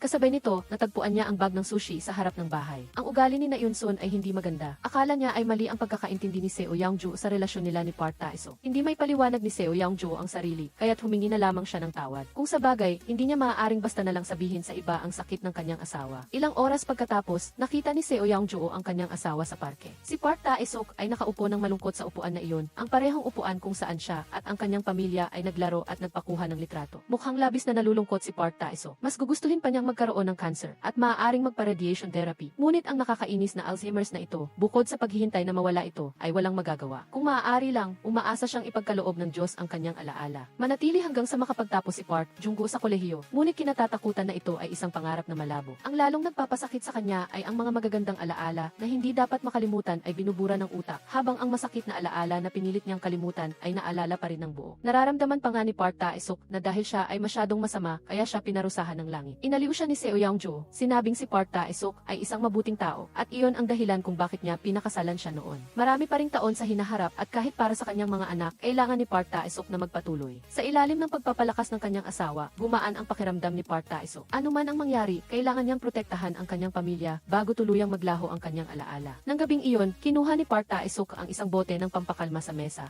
Nang makita ito ni Seo Young-ju, dali-dali niyang ibinuhos ang lahat ng gamot sa inidoro. Lubha siyang nag-aalala na gagawa ng kalokohan ang kanyang asawa. Malumanay na sinabi ni Park Tae-suk na hindi ito tulad ng iniisip ng kanyang asawa. Pakiramdam lang niya ay hindi siya makatulog ng maayos kamakailan, kaya't nais niyang uminom ng ilang tabletas. Nang marinig ang sinabi ng kanyang asawa, napaiyak si Seo Young-ju. Natatakot din siya tulad ng kanyang asawa, takot sa nakakatakot na kinabukasan kapag nawalan na ng alaala. Nang gabing iyon, nag-record si Park Tae-suk ng sarili niyang talaarawan. Sinasabing mula ngayon, hindi niya susukuan ang kanyang sarili. Bago tuluyang mawala ang kanyang alaala, gusto niyang panatilihin ang kanyang dignidad bilang isang tao. Ang mga salitang ito ay isang panunumpa sa pangalan ng kanyang pamilya. Kinaumagahan, nag-jogging si Park Tae-suk kasama ang kanyang anak habang tinitingnan ang asul na langit at puting ulap sa parke. Masarap ang pakiramdam ni Park Tae-suk. Gusto niyang ingatan ang bawat minuto at segundo kasama ang kanyang pamilya, kahit nakalaunan ay makalimutan niya ang lahat. Ang pangunahing trabaho niya kamakailan ay ang kaso ng diborsyo sa pagitan ni Shin Young-jin at kanyang asawa. Sa araw ng negosasyon, inilabas ng abogado ng kalaban ang mga larawan upang batikusin si Shin Young-jin sa hindi magandang pagtrato sa kanyang asawa. Ngunit pinawi ni Park Tae-suk ang lahat ng ito. Kasabay nito, batay sa script na inihanda ni Shin Young-jin, ipinakita niya ang mga larawan ng asawa at ng ibang lalaki. Lumabas na ang asawa ang unang nagtaksil. Pagkatapos ng negosasyon, malinaw na nangibabaw si Park Tae-suk. Bago umalis ang asawa ni Shin Young-jin, sinampal pa niya si Park Tae-suk. Ang abogado ng kanyang asawa ay isang lumang kakilala ni Shin Young-jin. Sa kanilang pribadong pag-uusap, binatikos din nila si Park Tae-suk na naging asong tagasunod ng isang mayaman. Ngunit sa katotohanan, mali ang kanilang sinabi tungkol kay Park Tae-suk. Sa katunayan, bago magsimula ang negosasyon, nagplano na si Park Tae-suk ng isang pangangaso. Ngunit hindi ang asawa ni Shin Young-jin ang target, kundi si Shin Young-jin mismo. Ito ay dahil ang lahat ng testigo sa panig ng kanyang asawa ay nabayaran at halos walang posibilidad na manalo. Sa makatuwid, sinabi ni Park Tae-suk kay Jung-jin na sa anumang paraan ay dapat niyang hanapin ang tunay na ebidensya ng masamang pagtrato ni Shin Young-jin sa kanyang asawa. At sabihin din sa kanya na ibigay ang lahat ng ebidensya sa abogado ng kalaban bilang isang whistleblower. Bukod pa rito, siya mismo ang abogado ng depensa ni Shin. Inasahan na ni Park Tae-suk ang pagkawala sa kasong ito, kaya't nakipag-ugnayan siya sa mag-amang Shin at tinulungan ang kanyang asawa. Sa negosasyon kanina, maaga nang binuksan ni Park Tae-suk at Jung-jin ang recorder. Nang makita ni Shin Young-jin na pabor sa kanya ang sitwasyon sa lamesa ng negosasyon, nagpakakampante siya. Bago dumating ang mga abogado, pinilit niya ang kanyang asawa at ang lahat ng sinabi niya ay na-record. Bukod pa rito, kamakailan ay nakatanggap si reporter Jo Hae-won ng isang tawag sa telepono. Sabi ng tao sa kabilang linya, alam niya kung sino ang tumakas na nagdulot ng masamang insidente. Mula sa boses, hula niya na ang taong nakakaalam nito ay isang kabataang lalaki na nasa edad 20 pataas. Sinabi ni reporter Jo Hae-won ang bagay na ito kay Na Yun-sun, Sun at Piskal Kang. Naniniwala silang tatlo na kahit hindi mismo ang taong ito ang may kagagawa ng masamang insidente, tiyak na may kaugnayan siya sa impormasyon. Ang magandang balita ay nakuha ni Piskal Kang ang surveillance camera footage ng taong ito na tumatawag sa pampublikong telepono. Ipinapakita sa video ang isang kabataang lalaki at bukod pa rito, sinadya niyang gumamit ng panyo para balutin ang mouthpiece habang tumatawag. Sinabi ni Na Yun-sun ang bagay na ito kay Park Tae-suk at sinabihan siyang bantayan ang lalaki sa kamera. Nagkataon lang, bago umuwi si Park Tae-suk mula sa trabaho, pumasok siya sa banyo. Nakita niya ang isang estranghero sa banyo. Gumamit ang taong iyon ng panyo habang naghugas ng kamay. Dali-dali namang sinuri ni Park Tae-suk ang kamera. Ang resulta ay nagpapatunay na ang panyo ng taong nasa banyo at ang ginamit ng binatilyo sa kamera ay magkatulad na magkatulad. Sa madaling salita, ang taong nakakaalam ng misteryong ito ay nagpunta sa law office ni Park Tae-suk upang magtanong sa sekretarya. Ngunit, hindi naman niya nakita ang sinuman na ganoon. Pumunta si Park Tae-suk sa surveillance room para tingnan. Ngunit sinabi sa kanya na nasira lang ang kamera 2 oras na ang nakakaraan. Sinabihan ni Park Tae-suk ang sekretarya na kumpirmahin ang bawat pangalan sa listahan ng mga bisita. Ngunit walang kakaibang tao sa listahan. Ang taong nakakaalam ng misteryong ito ay ang matalik na kaibigan ni Bong Soon-ihwa. 15 taon na ang nakakaraan, sinabi ni Bong Soon-ihwa. Ang lihim ng kanyang pagtakas mula sa isang masamang insidente sa kanyang kaibigan. Ang kaibigang iyon ay nagtago ng lihim sa loob ng 15 taon, ngunit kamakailan ay nalugi ang kanyang pamilya, kaya kailangan niya ng pera. Kaya ginamit niya ang lihim na ito ni Bong Soon-ihwa para blackmail si Park Tae-suk. Kahapon, pumunta siya sa law office para makipagkita kay Park Tae-suk, ngunit nagbago na ang isip ni Bong Soon-ihwa ngayon. Ang lola ni Bong Soon-ihwa, na ina rin ni Park Tae-suk, ang tunay na tagapamahala ng law office. Ilang araw na ang nakalipas, kinausap ng lola si Bong Soon-ihwa at sinabing gusto niyang kalimutan ng kanyang apo ang nakaraan at tingnan ang malawak na kinabukasan. Kung sa bagay, ang isang mahusay na abogado tulad ni Bong Soon-ihwa ay kailangan pang magligtas ng libu-libong malungkot na buhay sa hinaharap. Nakumbinsi si Bong Soon-ihwa ng mga salita ng kanyang lola at nagpasya siyang itapon ang kanyang pagkakasala upang mamuhay ng maayos. Kaya, nang makita niya ang larawan ng kanyang kaibigan sa telepono, naramdaman lamang ni Bong Soon-ihwa na niloko siya ng kanyang matalik na kaibigan.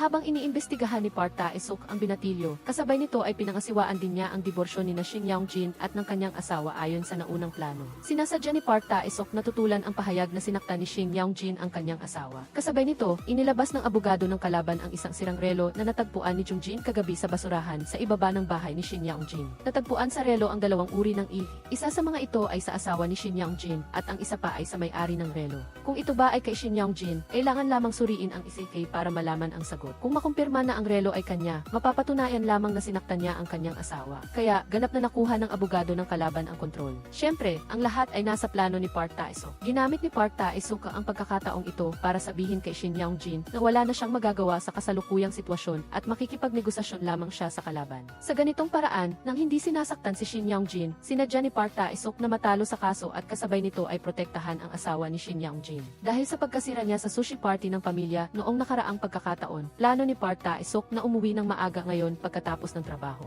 upang maglaan ng oras sa kanyang pamilya. Habang papauwi, sinundo ni Park Tae-suk ang kanyang anak mula sa klase. Napansin ng kanyang anak ang kakaibang pag-ugali ng kanyang ama dahil hindi lang isang beses na tinawag siya ng kanyang ama na Park Yeon-woo. Si Park Yeon-woo ang pangalan ng namatay na anak ni Park Tae-suk. Siyempre, hindi alam ni Park Jung-woo ang tungkol dito. Naramdaman lang niya na kakaiba ang kanyang ama kamakailan. Bukod pa rito, habang nagmamaneho, biglang nakalimutan ni Park Tae-suk ang daan pauwi. Nagdulot muli ito ng pagkabahala kay Park Jung-woo. Nagsinungaling si Park Tae-suk na dahil abala siya sa trabaho kamakailan kaya nakalimutan niya pansamantala. Nang makita ito ni Park Jung-woo, sinabi niya sa kanyang ama na hindi siya nagugutom at sinabihan ang kanyang ama na magmaneho ng dahan-dahan. Nang marinig ang sinabi ng kanyang anak, hindi napigilan ng isang lalaking tulad ni Park Tae-suk ang mapaiyak. Ngunit hindi niya magawang umiyak sa harap ng kanyang anak. Pumunta ang matalik na kaibigan ni Park Tae-suk na si Jung-jin upang bisitahin siya at binigyan siya ng ilang bagong gamot. Ibinigay ni Park Tae-suk ang isang kahon kay Jung-jin. Humiling sa kanya na ibigay ang kahon na ito sa kanyang pamilya kung sakaling tuluyan na niyang makalimutan ang lahat. Nang gabing iyon, naghanda ang buong pamilya ni Park Tae-suk na lumabas para kumain ng fried chicken. Sa sandaling iyon, nakatanggap si Park Tae-suk ng tawag mula sa kanyang sekretarya. Lumabas na nakalimutan niya na mayroon siyang appointment sa isang pulis ngayong gabi. Kailangan nang sabihin ni Park Tae-suk sa kanyang asawa na dalhin ang mga bata upang kumain muna. Hindi siya sinisisi ng kanyang asawa at mga anak, lalo na ang kanyang anak. Ilang araw na ang nakalipas, nakita niya ang kanyang ama na pinindot ang doorbell ng ibang bahay. Halos nakalimutan na kung saan ang kanilang bahay at kasama pa ang lahat ng uri ng mga sitwasyon dati. Lubhang nag-aalala si Park Jung-woo susumbong para sa kanyang ama. Pagdating nila sa law office, nagbalita si Jungjin ng nakakagulat. Isang araw bago noon, nakagawa si Piskal Kang ng isang sketch ng binatilyo na nakakaalam ng sikreto. Dinala ni na Jungjin at ng sekretarya ang larawan at tinanong ang bawat isa sa law office, umaasang makakita ng sinumang nakakita sa binatilyo. Hindi naman sila binigo ng tadhana. May isang kasamahan na nakakita sa taong ito. Ayon sa kasamahan, lumabas ang binatilyo mula sa opisina ni Park Tae-seok. Naramdaman ni Park Tae-seok na may mali. Sa pagsisiyasat sa mga pahiwatig na nakuha niya, walang dahilan ang binatilyo upang makipagkita kay Park Tae-seok. Ngunit sa isang iglap, tila may naisip si Park Tae-seok. Pagkatapos, galit siyang sumugod sa opisina ni Park Tae-seok. Hawak ni Park Tae-seok ang litrato ng binatilyo at tinanong kung nakita na niya ito. Hindi naglakas loob si Park Tae-seok na sabihin ang totoo at sinabi lang nakakilala niya talaga ito at pumunta ito para humingi ng legal na payo. Nagmamadali si Park Tae-seok. Ang binatilyong ito ang tanging pahiwatig ngayon upang matagpuan ang salarin. Sa pagmamadali ni Park Tae-seok, napilitan si Park Tae-seok na sabihin ang pangalan niya. Ang pangalan niya ay Kim Hyun-wook. Nalugi ang kanyang pamilya at ang kanyang ama ay tumakas sa ibang bansa dahil sa utang.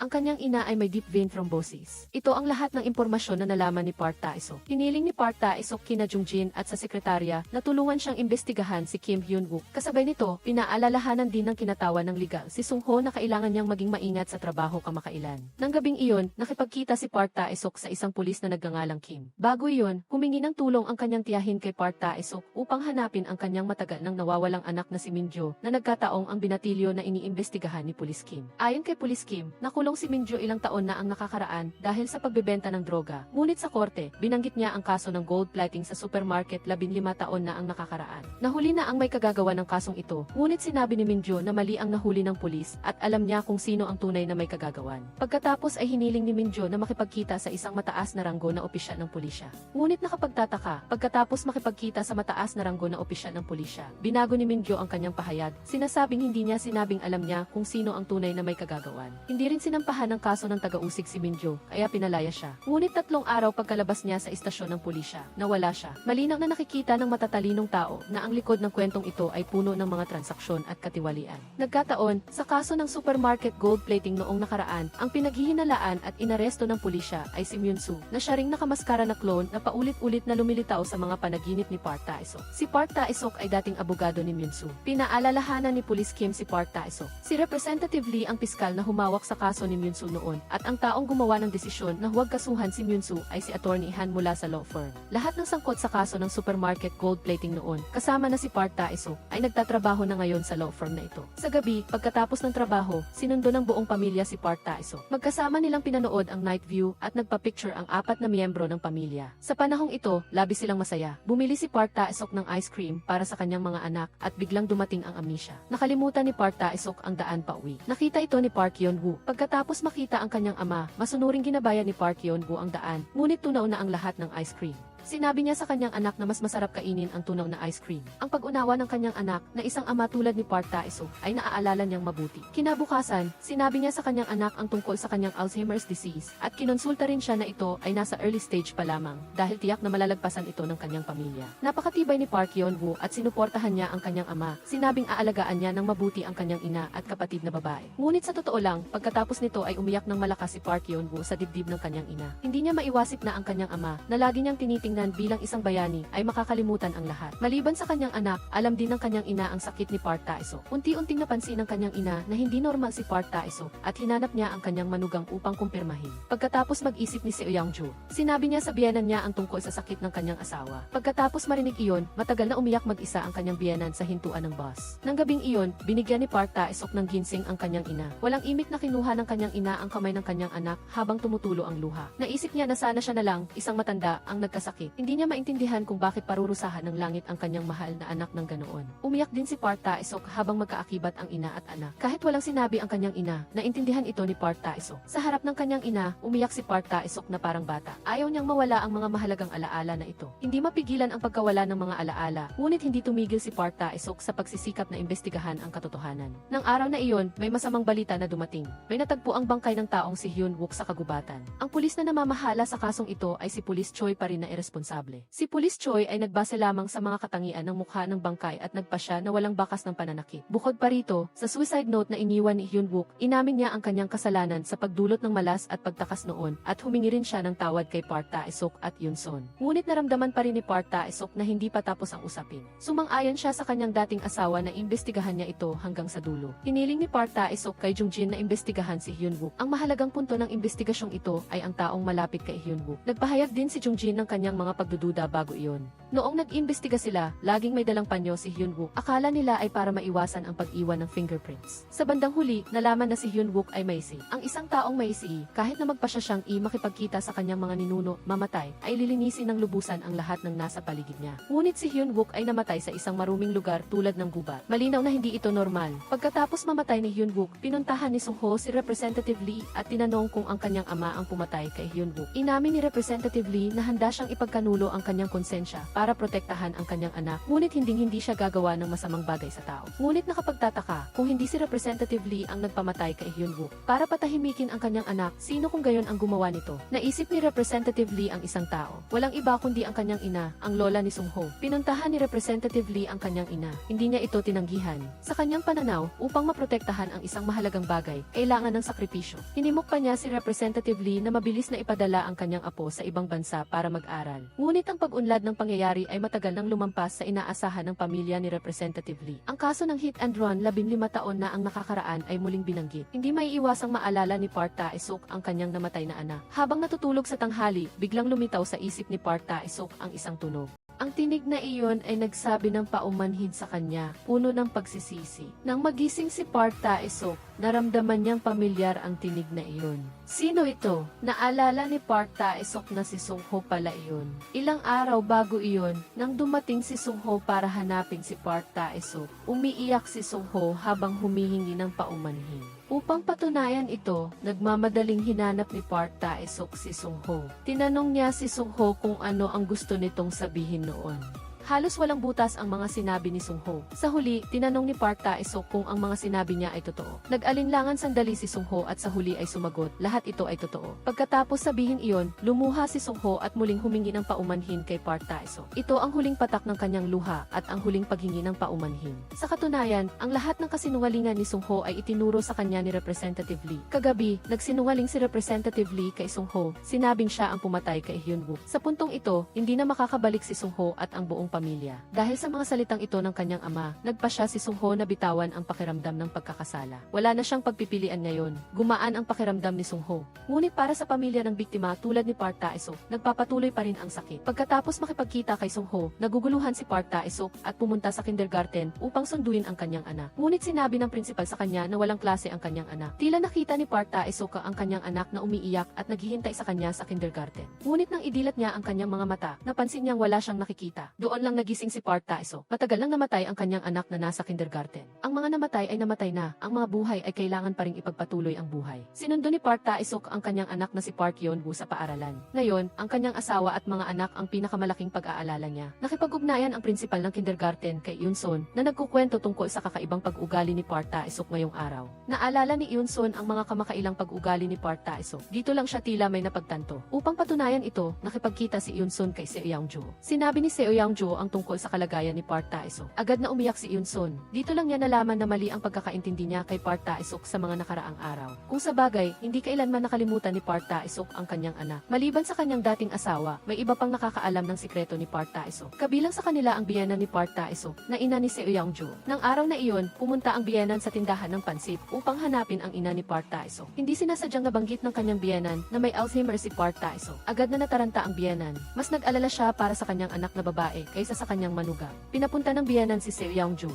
Maaga mong dalhin si Park Tae-suk sa nursing home. Nagalit si Seo Young-joo. Alam niyang para sa kanyang ikabubuti ang ginawa ng kanyang ina, ngunit hindi niya kayang iwanan ang kanyang asawa. Araw-araw, sinusundo at hinahatid pa rin ni Park Tae-suk ang kanyang anak na si Park Yeon-woo na napakabait. Pinagsabihan niya ang kanyang ama na dahan-dahan lang magmaneho. Ayos lang kahit maligaw dahil lahat ng daan ay patungo sa Roma. Buong pusong inalagaan ni Seo Young-joo si Park Tae-suk, ngunit lalong lumala ang nakakainis na sakit. Isang gabi, nakasuot ng pajama si Park Tae-suk at nakatayo mag-isa sa sala, nakatitig sa labas ng bintana. Nang makita Nakita siya ni Seo Yang-jo, ginising niya ito. Ngunit alam ng mag-asawa na mas madalas mangyayari ang ganitong mga bagay sa hinaharap. Habang nangyayari ito, lalo pang pinahahalagahan ni Park Tae-suk ang kasalukuyan. Kinwestiyon niya si Representative Lee, bakit hindi niya sinabi sa akin noong una na sina Sung-ho at Hyun-wook ay magkaibigan? Bakit, 15 taon na ang nakakaraan, nang hindi pa siya sikat na abogadong pambansa, ay tinanggap siya ni Representative Lee sa law firm na ito. Ngunit kahit anong tanong ni Park Tae-suk, laging may dahilan si Representative Lee. Sinabi ni Park Tae-suk, mula ngayon, hindi na ako gagawa ng mga bagay na pagsisisihan ko.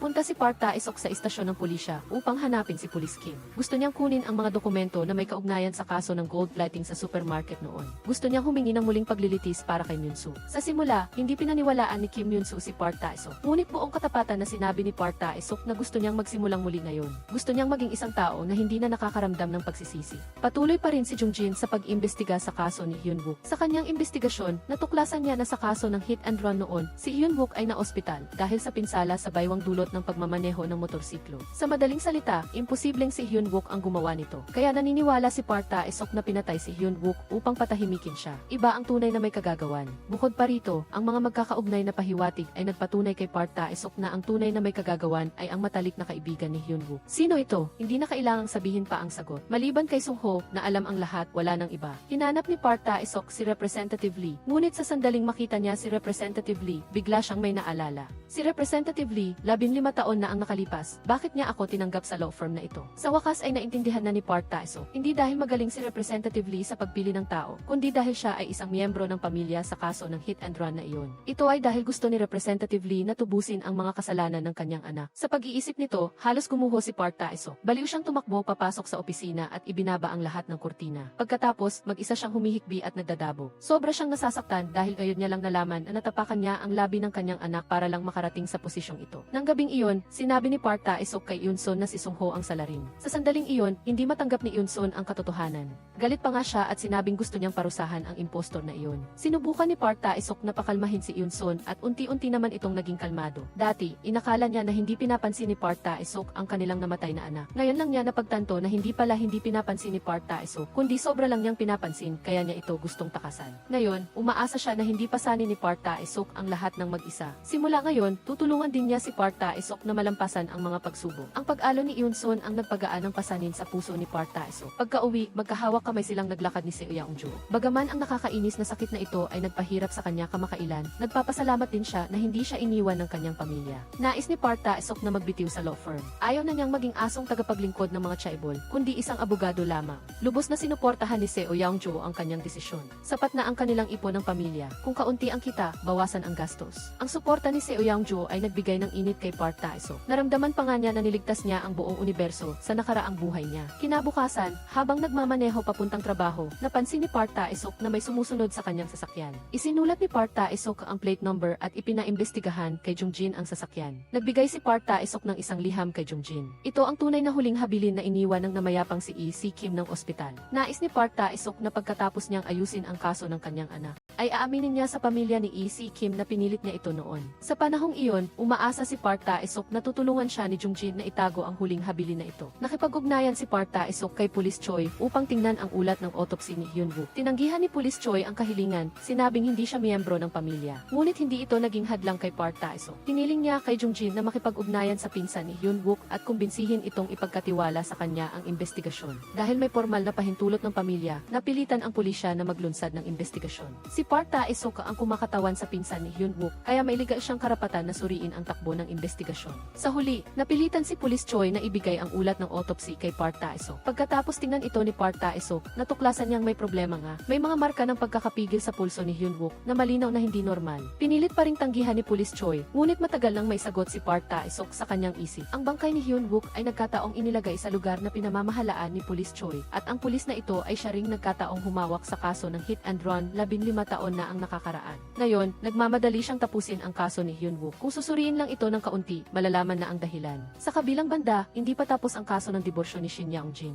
Dumating ang abogado ng asawa sa opisina upang mag-usap. Narating ng magkabilang panig ang huling kasunduan sa diborsyo. Sa esensya, walang nakuhang benepisyo si Shin Young-jin. Bago umalis, binigyan ng abogado ng asawa si Jung-jin ng isang bagay bilang pasasalamat sa pagiging whistleblower nito, 2 ulat ng balita. Ayon sa balita, si Shin Young-jin ay lihim na nagbebenta ng droga. Naalala ni Park Tae-suk na alam din ni Lee Si-cha ang tungkol sa kanya. Ang dalawang bagay batay dito. Una, ang anak ng kanyang tiyahin na si Minjo. Gusto ni Minjo na sabihin ang tunay na salarin sa kaso ng gold plating sa supermarket. Ngunit matapos makipagkita sa mataas na opisyal ng pulisya, ay pinalaya siya at kalaunan ay misteryosong nawala. Ang mahalaga, nahuli si Minjo noon dahil sa pagbebenta ng droga. Pangalawa, si Lee Si-cha. Bago makipagkita kay Shin Young-jin, lasing si Lee Si-cha at tila may hawak siyang sikreto ni Shin Young-jin. Pinagsama ni Park Tae-suk ang dalawang pahiwatig na ito at naalala ang nakaraang negosasyon. Narinig niyang muli ang mga salita ni Shin Young-jin na pinilit ang kanyang asawa sa recording. Natuklasan ni Park Tae-suk ang mahalagang punto. Pinilit ni Shin Young-jin ang kanyang asawa na nakakita siya ng isang taong nabasag ang ulo. Ang mga pahiwatig ay nagbigay kay Park Tae-suk ng dahilan upang maghinala na ang tunay na may kagagawan na gustong iulat ni Minjo ay si Shin Young-jin. Nakipagkita si Park Tae-suk kay Attorney Han na siyang gumawa ng desisyon na huwag kasuhan si Minjo noon. Gusto ni Park Tae-suk na malaman kung bakit nagpasya si Attorney Han na huwag kasuhan. Ang sagot ni Attorney Han ay napakababaw. Mas lalo nitong pinaniwalaan si Park Tae-suk sa kanyang hula. Si Attorney Han at Representative Lee ay tiyak na mailihim na transaksyon kay Shin Young-jin. Nang gabing iyon, nakatanggap si Park Tae-suk ng tawag sa telepono. Ang tumatawag ay ang girlfriend ni Hyun-wook. Sinabi niya na may gusto siyang ibigay kay Park Tae-suk at gusto niya itong makipagkita. Habang nagmamaneho, nakita muli ni Park Tae-suk ang sasakyang sumusunod sa kanya. Sa pagkakataong ito, sinadya niyang banggain ito at sinabi ang kanyang pagiging abogado. Nakita ito ng kabilang partido at tumakas. Samantala, ginamit ni Park Tae-suk ang pagkakataong ito upang tawagan ang pulisya at iulat na may naganap na hit and run. Kasabay nito, tinatawagan ni Representative Lee ang isang tao at inuutusan itong huminto. Ang mga salitang ito ay narinig ni Attorney Han. Gusto sana ni Attorney Han na sabihin kay Representative Lee na pinuntahan siya ni Park Tae-suk. Lihim na magkarelasyon sina Attorney Han at Representative Lee. Ngunit nang makita niya ang lalaking ito na walang pakialam sa kanya, umalis na siya. Nang gabing iyon, nakipagkita si Park Tae-suk sa nobya ni Hyun-wook. Ibinigay sa kanya ng babae ang isang ESD. Sinabing ibinigay ito sa kanya ni Hyun-wook bago siya nawala. Noon, sinabi ni Hyun-wook sa kanyang nobya na kung sakaling hindi siya makontak sa loob ng 3 araw, ibigay ang bagay na ito kay Park Tae-suk. Isinaksak ni Park Tae-suk ang ESD at lumabas na ito ay isang recording kung saan si Sung-ho mismo ang umamin kay Hyun-wook na siya ang nag-hit and run. Nang marinig ang mga salitang ito, 15 taon na ang nakakaraan, tanging sikmura ni Park Tae-suk ang kumalam. Tumakbo siya sa isang tabi at walang tigil na sumuka. Hindi niya inaasahan na mayroong magpapatumba sa kanya at kukunin ang ESD. Ibinigay ng taong iyon ang ESD sa taong nasa kotse. Walang iba ito kundi si Shin Young-jin. Si Shin Young-jin, dahil sa hindi niya pagkakontento sa pagganap ni Park Tae-suk sa kaso ng diborsyo, ay naghinala na sinasadya siyang paglaruan. Sa panahong ito, si Shin Young-jin din ang patuloy na nagpapabantay kay Park Tae-suk. Nang magising si Park Tae-suk, napansin niyang nawawala ang ESD. Walang kamera sa daang ito, ngunit sigurado siyang si Representative Lee ang nagpakuha nito. Pagka-uwi niya, napansin ni Seo Yang-jo ang sugat sa noo ni Park Tae-suk. Nagsinungaling si Park Tae-suk na nadapa siya. Ayaw niyang mag-alala ang kanyang asawa para sa kanya. Sa hating gabi, humiga si Seo Yang-jo sa tabi ni Park Tae-suk. Dahan-dahang inilagay ni Park Tae-suk ang kanyang kamay sa ilalim ng liig ng kanyang asawa. Para sa pamilyang ito, tiyak na magtitiis siya hanggang sa huli. Si Park Chung-ho ay nagsisikap din ng husto. Naipasok na niya ang lahat ng mahahalagang address sa sistema ng nabigasyon ng kotse ng kanyang ama. Sa ganitong paraan, hindi na maliligaw ang kanyang ama. Sa harap ni Representative Lee, nagpanggap si Park Tae-suk na maayos siya. Tungkol sa katotohanan na alam na niya na si Sung-ho ang gumawa ng hit and run, kailangan pa rin niyang itago ito kay Representative Lee. Nakatanggap si Representative Lee ng regalo. Ito ang ESB na nakuha mula kay Park Tae-suk. Ang nagbigay ng ESB ay syempre si Shin Young-jin. Narinig ni Shin Young-jin ang boses ni Representative Lee sa recording at nalaman din na si Sung-ho ay anak ni Representative Lee. Isang maliit na hinuha lamang ang kailangan upang malaman ang buong kwento. Pagkatapos marinig ni Representative Lee, tumawag na si Shin Young-jin. Masaya niyang sinabi na ang ibinigay niya kay Representative Lee ay isang kopya lamang. Ang original na recording ay nasa kamay pa rin niya. Alam ni Representative Lee na hindi madaling kalabanin si Shin Young-jin. Ngayong nasa kamay na niya ang AFD, walang magandang mangyayari sa hinaharap. Sa sandaling ito, nakatanggap ng tawag si Park Tae-suk mula kay Police Kim. Natagpuan na ang sasakyang sumusubaybay kay Park Tae-suk. Tumakbo si Park Tae-suk sa lugar at doon niya lang natuklasan. Ang sasakyan ay inabandona sa gilid ng kalsada. Nakatakas na ang sakay nito. Nang suriin ang trunk ng sasakyan, may natagpo ang buhok at mga bakas ng sirop sa loob. Naghinala si Park Tae-suk at Police Kim na ang sasakyang ito ang dumukot kay Hyun-wook kamakailan. Batay sa mga fingerprint sa manibela ng sasakyan, natuklasan ni Police Kim na ang may-ari ng sasakyan ay isang miyembro ng isang kriminal gang. Ang gang na ito, na madalas makipagtulungan sa mga politiko at legal na propesyon, ay isang mahirap kalabanin. Ibinigay ni Park Tae-seok ang ulat ng forensic analysis ni Hyun-wook kay Police Kim at hiniling sa kanya na ikumpara ito sa SAE na natagpuan sa trunk. Kung magkatugma ang mga resulta, masusundan nila iyon. Upang matuklasan ang nasa likod ng pagkamatay ni Hyun-wook, hiniling ni Park Tae-seok kina Jung-jin at sa sekretarya na makipagkita sa isang aktres. Ayon sa artikulo sa pahayagan na ibinigay ng abogado ilang araw na ang nakakaraan, ang aktres na ito ay inabuso ni Shin Yeong-jin ilang taon na ang nakakaraan. Hindi binigo ni na Jung-jin at ng sekretarya ang kanilang mga inaasahan at mabilis na nalaman ang nakatagong katotohanan mula sa aktres. Ayon sa aktres, isang araw 15 taon na ang nakalipas, gusto ni Shin Yeong-jin na magdaos ng party sa kanyang villa. Habang papunta sa villa na iyon, inabuso ni Shin Yeong-jin ang aktres. Nagkataon na ang supermarket kung saan naganap ang krimen ay malapit sa villa. Naghinala sina Jung-jin at ng sekretarya na posibleng si Shin Yeong-jin nga ang salarin. Sa puntong ito, naisip din ni Attorney Han ang kaso noon. Gusto ni Park Tae-seok na hilingin ang muling paglilitis para kay Myun-soo, ang taong nagdusa ng kawalan ng katarungan sa kasong ito. Dahil dito, labis siyang nabalisa. Gusto niyang sabihin ito kay Representative Lee. Ang kasong ito ang huling kaso na hinawakan ni Representative Lee noong siya ay piskal pa. Sa katunayan, si Attorney Han ay isang bagong piskal pa lamang noon. Nakatanggap siya ng tawag mula sa lokal na piskal. Kung totoo ang sinabi ni Ming-jo na ibang tao ang salarin, patutunayan nito na ang tanggapan ng taga-usig ay nagpakulong sa isang inosenteng tao. Dahil sa pagkakakilanlan ng ina ni Representative Lee, ayaw ng punong piskal na ang huling kaso sa karera ni Representative Lee bilang piskal. Tinapos sa dilim kaya pinilit si Attorney Han na magdesisyon na huwag kasuhan si Ming-gil. Ngunit nang marinig ito ni Attorney Han, ipinagpatuloy pa rin ni Representative Lee ang kanyang matapang na paninindigan. Iginiit na si Myung-soo ay nagkasala. Nakatanggap din si Park Tae-seok ng tawag mula sa matalik niyang kaibigan na si Chimin. Sinabi ni Chimin na palihim na iniimbestigahan ni Attorney Han si Park Tae-seok at ginamit pa nga ang kanyang junior sa ospital upang makuha ang health report ni Park Tae-seok. Nang marinig ito, agad na pinagalitan ni Park Tae-seok si Attorney Han at pinigilan siyang gawin ito. Binanggit na nilalabag nito ang batas sa medisina. Humingi ng paumanhin si Attorney Han kay Park Tae-seok, ngunit sabay din itong nagtanong kay Park Tae-seok kung bakit niya hinahanap ang lalaki sa litrato. Siya rin ang nakababatang kapatid na nabugbog kamakailan. Sadya itong sinabi ni Park Tae-seok kay Attorney Han na ang lalaki sa litrato ang sanhi ng aksidente ng kanyang anak. Nang marinig ito, nagbago ang kulay ni Attorney Han. Ibinigay ni na Jung-jin at ang kalihim ang resulta ng investigasyon kay Park Tae-seok. Matapos suriin, ang supermarket kung saan naganap ang kaso ng pagbebenta ng ginto ay talagang nasa kalsada na kailangan nilang daanan upang makarating sa villa ni Shin Yeong-jin. Hindi matandaan ng aktres ang eksaktong petsa ng party sa villa, ngunit sigurado siyang Pebrero ito. Ang panahong ito ay tumutugma sa kaso. Inutusan ni Park Tae-seok si Jung-jin na ihanda ang file para sa muling paglilitis. Sa panahong ito, kailangan pa nilang maghanap ng mas maraming ebidensya. Nakatanggap si Park Tae-seok ng tawag mula sa pulisya. Nalaman niyang ang dalawang taong nagtago noon ay sumuko na. Nagmadali siyang pumunta sa istasyon ng pulisya. Inamin ng dalawang lalaki ang pagdukot kay Hyun-wook, ngunit nang tanungin tungkol sa dahilan, sinabi nilang dahil si Hyun-wook ay may utang na hindi nabayaran. Malinaw na nais ng nasa likod ng insidente na gamitin ang pagdukot upang malutas ang isyu ng tahimik. Galit na pumasok si Park Tae-seok sa silid ng interogasyon. Kino-question ang dalawang lalaki kung sino ang nasa likod nito. Sa huli, hinila siya palabas ni Police Kim. Nagdala rin ng masamang balita si Prosecutor Kang. Si Bong Son-ihwa ay aalis upang mag-aral sa ibang bansa sa loob ng isang linggo. Kaya, aktibong humingi ng meeting si Park Tae-seok kay Bong Son-ihwa. Direktang sinabi ni Park Tae-seok kay Bong Son-ihwa na alam niyang siya ang salarin sa insidente. Sumumpa siya sa harap ni Bong Son-ihwa na kahit sino pa ang nasa likod ng kaso, si Representative Lee Man o ang lola ni Bong Son-ihwa ay sisiguraduhin niyang malaman ang katotohanan.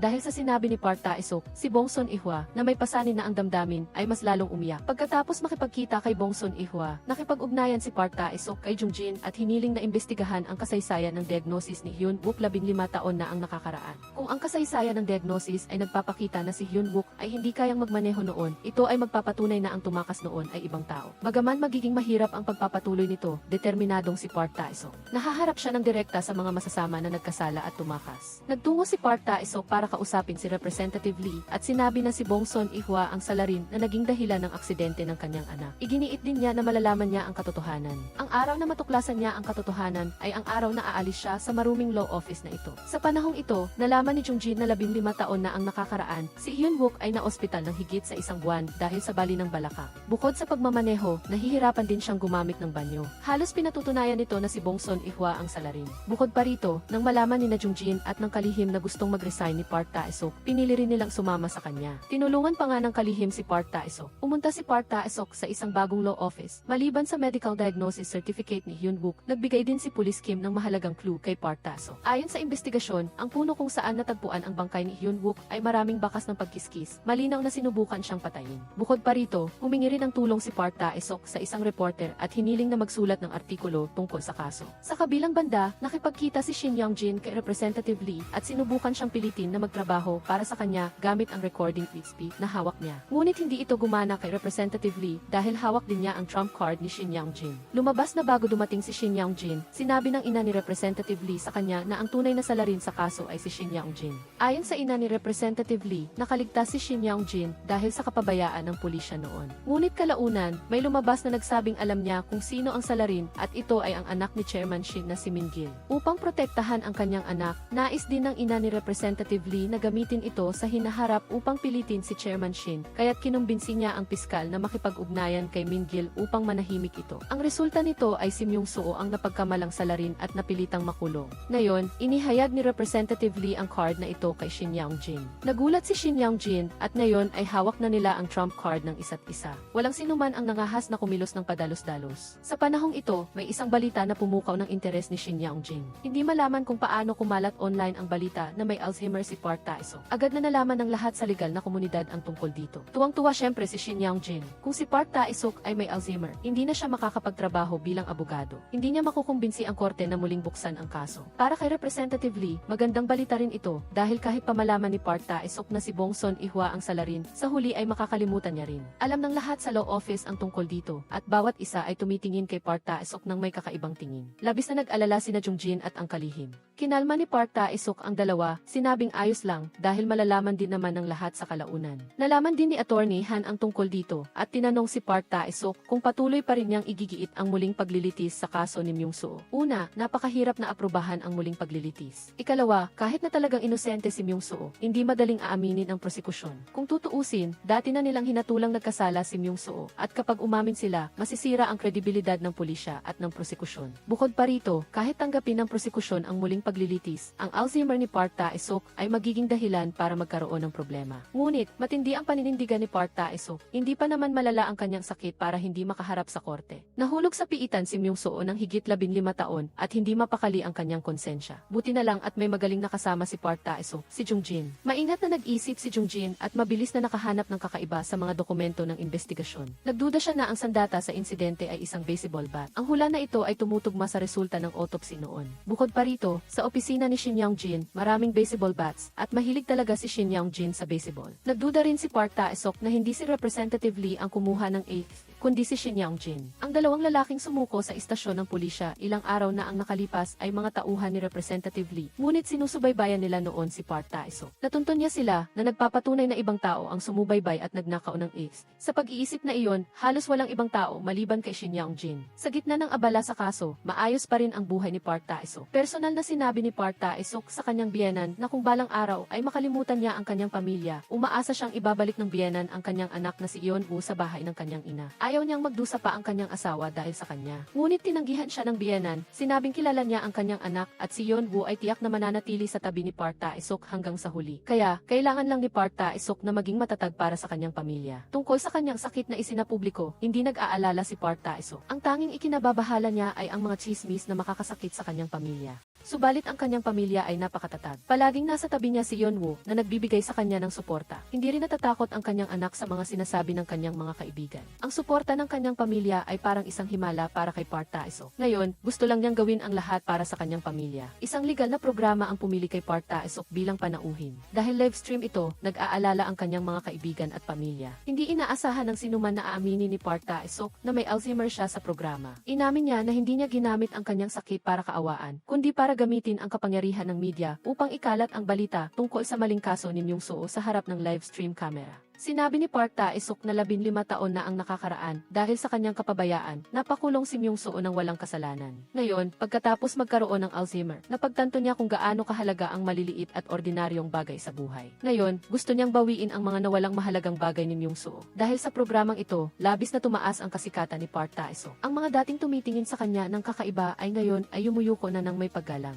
Mas mahalaga, ang kaso ni Myung-soo ay nakakuha ng buong atensyon ng lipunan. Nabubuo na rin ang panawagan ng publiko para para sa muling paglilitis. Sa sandaling ito, nakatanggap si Park Tae-suk ng tawag mula kay Police Kim na si Bong Sun-ihwa. Nagsimula nang umamin si Bong Sun-ihwa. Nang malaman ni Park Tae-suk ang balita na sumuko na si Bong Sun-ihwa, sinabi lang niya kay Representative Lee, sana gawin mo ang nararapat gawin ng isang ama. Para kay Representative Lee, ang pagtatago ng kasalanan ng kanyang anak ang nararapat gawin ng isang ama. Si Representative Lee ay mayroon ng plano. Matapos makipagkita sa kanyang anak na sumuko sa istasyon ng pulisya, sinabihan niya ito na magsinungaling na mayroon siyang depresyon at sabihin na dahil nakita niya ang kanyang matagal nang hindi nakitang kaibigan, bumalik ang kanyang sakit. Kaya napagkamalan niyang kanya ang kasalanan ng kaibigan. Hindi inaasahan ni Representative Lee na magiging matigas ang paninindigan ng kanyang anak at hiniling pa nitong makipagkita kay Park Tae-suk sa harap ng pamilya ng biktima. Sa wakas ay inamin ni Bong Sun-ihwa ang kanyang krimen 15 taon na ang nakakaraan. Bukod pa rito, inako rin niya ang kasalanan sa insidente ni Hyun-wook. Alam ni Park Tae-suk na hindi si Bong Sun-ihwa ang nanakit kay Hyun-wook. Pinayuhan niya ang kalaban na kung talagang gusto ni Bong Sun-ihwa ng kapatawaran, hindi siya dapat magsinungaling kundi tubusin ang kanyang mga ginawa. Sa ilalim ng katarungan ni Park Tae-suk, sa wakas ay hindi na napigilan ni Bong Sun-ihwa ang kanyang pag-iyak ng malakas. Halos bumagsak si Representative Lee nang makita ang eksenang ito. Pagkatapos ni Park Tae-suk, pumunta rin sina Yoon-sun sa istasyon ng pulisya para makipagkita kay Bong Sun-ihwa. Sa simula, lubos na kinamumuhian ni Yoon-sun ang salarin, ngunit sa puntong ito, ayaw niyang maging habang-buhay na sakit para kay Bong Sun-ihwa ang trahedya ng kanyang anak. Umaasa si Yoon-sun na malalampasan ni Bong Sun-ihwa ang trauma at mabubuhay ng maayos na may pasanin ang pagkakasala dahil ito ang pinakamahusay na paraan ng pagtubos. Dahil sa pag-amin ni Bong Sun-ihwa, lubusan ang naglabasan ang tunay na kulay ni Park Tae-suk at Representative Lee. Panahon na rin para umalis si Park Tae-suk sa law office na ito. Sa araw ng kanyang pag-alis, nagbitiw pa rin si Park Tae-suk ng isang optimistang slogan. Para sa kanya, ang bawat araw pagkatapos ng kanyang pag-alis ay isang bagong buhay. Hindi nagtagal ay binuksan ang paglilitis sa kaso. Ang nililitis ay si Myung-soo na nakulong ng walang kasalanan. Si Park Tae-suk, bilang defense lawyer, ay nakahanap ng mga kaugnay na saksi. Isa sa kanila ay si Police Kim. Hindi kailanman nakilahok si Police Kim sa investigasyon ng kasong ito, ngunit 15 taon na ang nakakaraan. Siya ang namamahala sa kaso ni Min-gil na nagbebenta ng droga. Bukod pa rito, nakahanap si Jung-jin ng 2 mahalagang saksi. Nakita ng mga saksing ito ang insidente noon. Ayon sa kanilang paglalarawan, may 2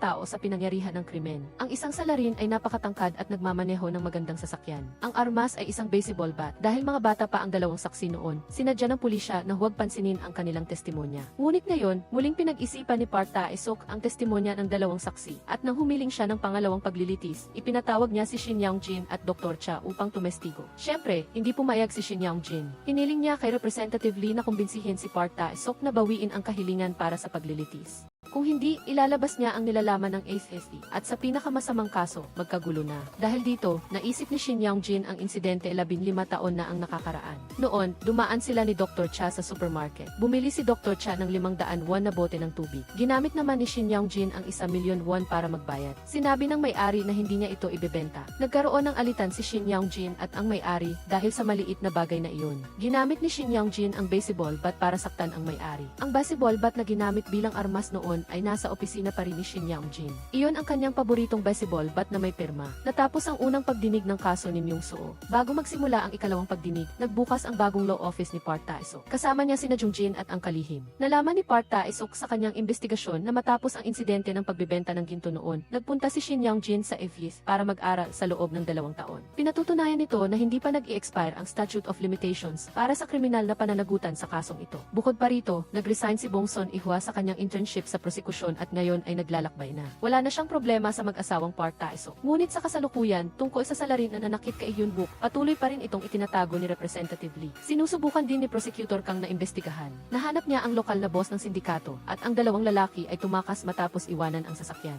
Kasabay nito, inamin niya na ang kanyang mga tauhan ang dumukot kay Hyun-wook. Gaano man itanong, hindi inamin ng boss na siya ang nagpapatay ng tao sa utos ni Representative Lee. Ginamit ni Prosecutor Kang ang pangalan ng pagsusuri ng timbang ng bakal upang makakuha ng permit sa inspeksyon. Ito ang unang hakbang para sa kanya upang kontrahin ang kalaban. Nang malaman ang balitang ito, syempre ay sumakit ang ulo ni Representative Lee. Bukod pa rito, sa panahong ito, hindi na siya kinontak ni Bong Sun-ihwa. Kahit ang kanyang lihim na kalaguyo na si Attorney Han ay nagsumite ng kanyang resignation. Gusto niyang sumali sumali sa ikalawang pagdinig ng kaso ni Myung-soo bilang isang saksi. Sa puntong ito, napagtanto ni Representative Lee na wala na siyang kasama. Habang abala sa kaso, lumala ang Alzheimer ni Park Tae-suk. Umabot pa sa punto na hating gabi ay hindi na niya matukoy kung nasaan ang banyo. Sa kabutihang palad, naglagay ang kanyang pamilya ng mga karatula at araw sa buong bahay. Naniniwala silang ang kanilang pagkakaisa ay magdadala ng pag-asa. Dahil sa takot na lumala ang Alzheimer, nais ni Park Tae-suk na si Jung-jin ang humawak sa ikalawang pagdinig. Ngunit tumanggi si Jung-jin. Ayaw niyang umatras at sumuko si Park Tae-suk sa mahalagang sandali na ito, kahit pa para sa namayapa niyang anak. Nang mabanggit ang kanyang anak, naglakas loob si Park Tae-suk. Tumanggi sina Shin Young-jin at Dr. Cha na humarap sa korte bilang saksi. Ngunit hindi ito naging hadlang kay Park Tae-suk. Nakipagkita si Park Tae-suk kay Chairman Shin. Naglabas si Chairman Shin ng malaking halaga ng pera at ginamit ito upang makipagpalitan kay Park Tae-suk na gusto niyang takpan ang kaso. Matindi ang pagtanggi ni Park Tae-suk. Ngayon, wala na siyang pakialam sa mga benepisyo. Sa araw ng ikalawang pagdinig, bago siya pumasok sa trabaho, buong pusong sinuportahan ng kanyang pamilya si Park Tae-suk. Napakakampante rin ni Park Tae-suk. Sa paglilitis, dumating si Attorney Han sa takdang oras upang tumestigo. Upang mabawasan ang pinsala sa prosekusyon, inako ni Attorney Han ang lahat ng mga nangyari noon tungkol sa hindi paghahabla kay Min-gil. Ngunit kasabay nito, inamin niya na talagang biktima si Myung-soo ng maling akusa. Sa sandaling sinabi niya ito, halos napatunayan na ang kaso ng maling akusa ni Myung-soo. Bilang defense lawyer ni Myung-soo noon, taos pusong humingi ng tawad si Park Tae-suk sa kanya. Hindi siya umasa na malilinis ang pangalan ni Myung-soo, ngunit nais niyang patunayan sa kanyang pamilya, mga kaibigan, at sa lipunan na mayroon pa ring pag-asa. Batay sa mga argumento ni Park Tae-suk, nagpa siya ang hukom na ideklarang inosente si Myung-soo. Sa wakas, nalutas ang isang kasong labis na nagpahirap sa loob ng 15 taon. Ngunit hindi pa tapos ang lahat. Hindi nagtagal, lumabas online ang isang video. Ito ay isang pag-uusap kung saan gusto ni Chairman Shin na suhulan si Park Tae-suk upang itago ang krimen ng kanyang anak. Ang video ay nakuha mula sa relo ni Park Tae-suk. Ang relo na iyon ay regalo ni Jung-jin sa kanya. Sa puntong ito, si Representative Lee ay nasa dulo na ng kanyang PC. Si Shin Young-jin ay naaresto at si Chairman Shin ay iniimbestigahan din ng prosekusyon. Upang protektahan ang kanyang sarili, itinulak ni Representative Lee ang kanyang ina sa bingit. Kung tutuusin, ang kanyang ina ang tumulong kay Shin Young-jin na makatakas sa parusa at patayin si Hyun-woo. Pagkatapos noon, ang tauhan ni Representative Lee na nakatago sa tabi ni Shin Young-jin ay tumulong sa kanya na hanapin ang orihinal na beast. Sinira ito ni Representative Lee, kaya't walang nakakaalam na tinulungan niya ang kanyang anak na makatakas sa parusa. Matapos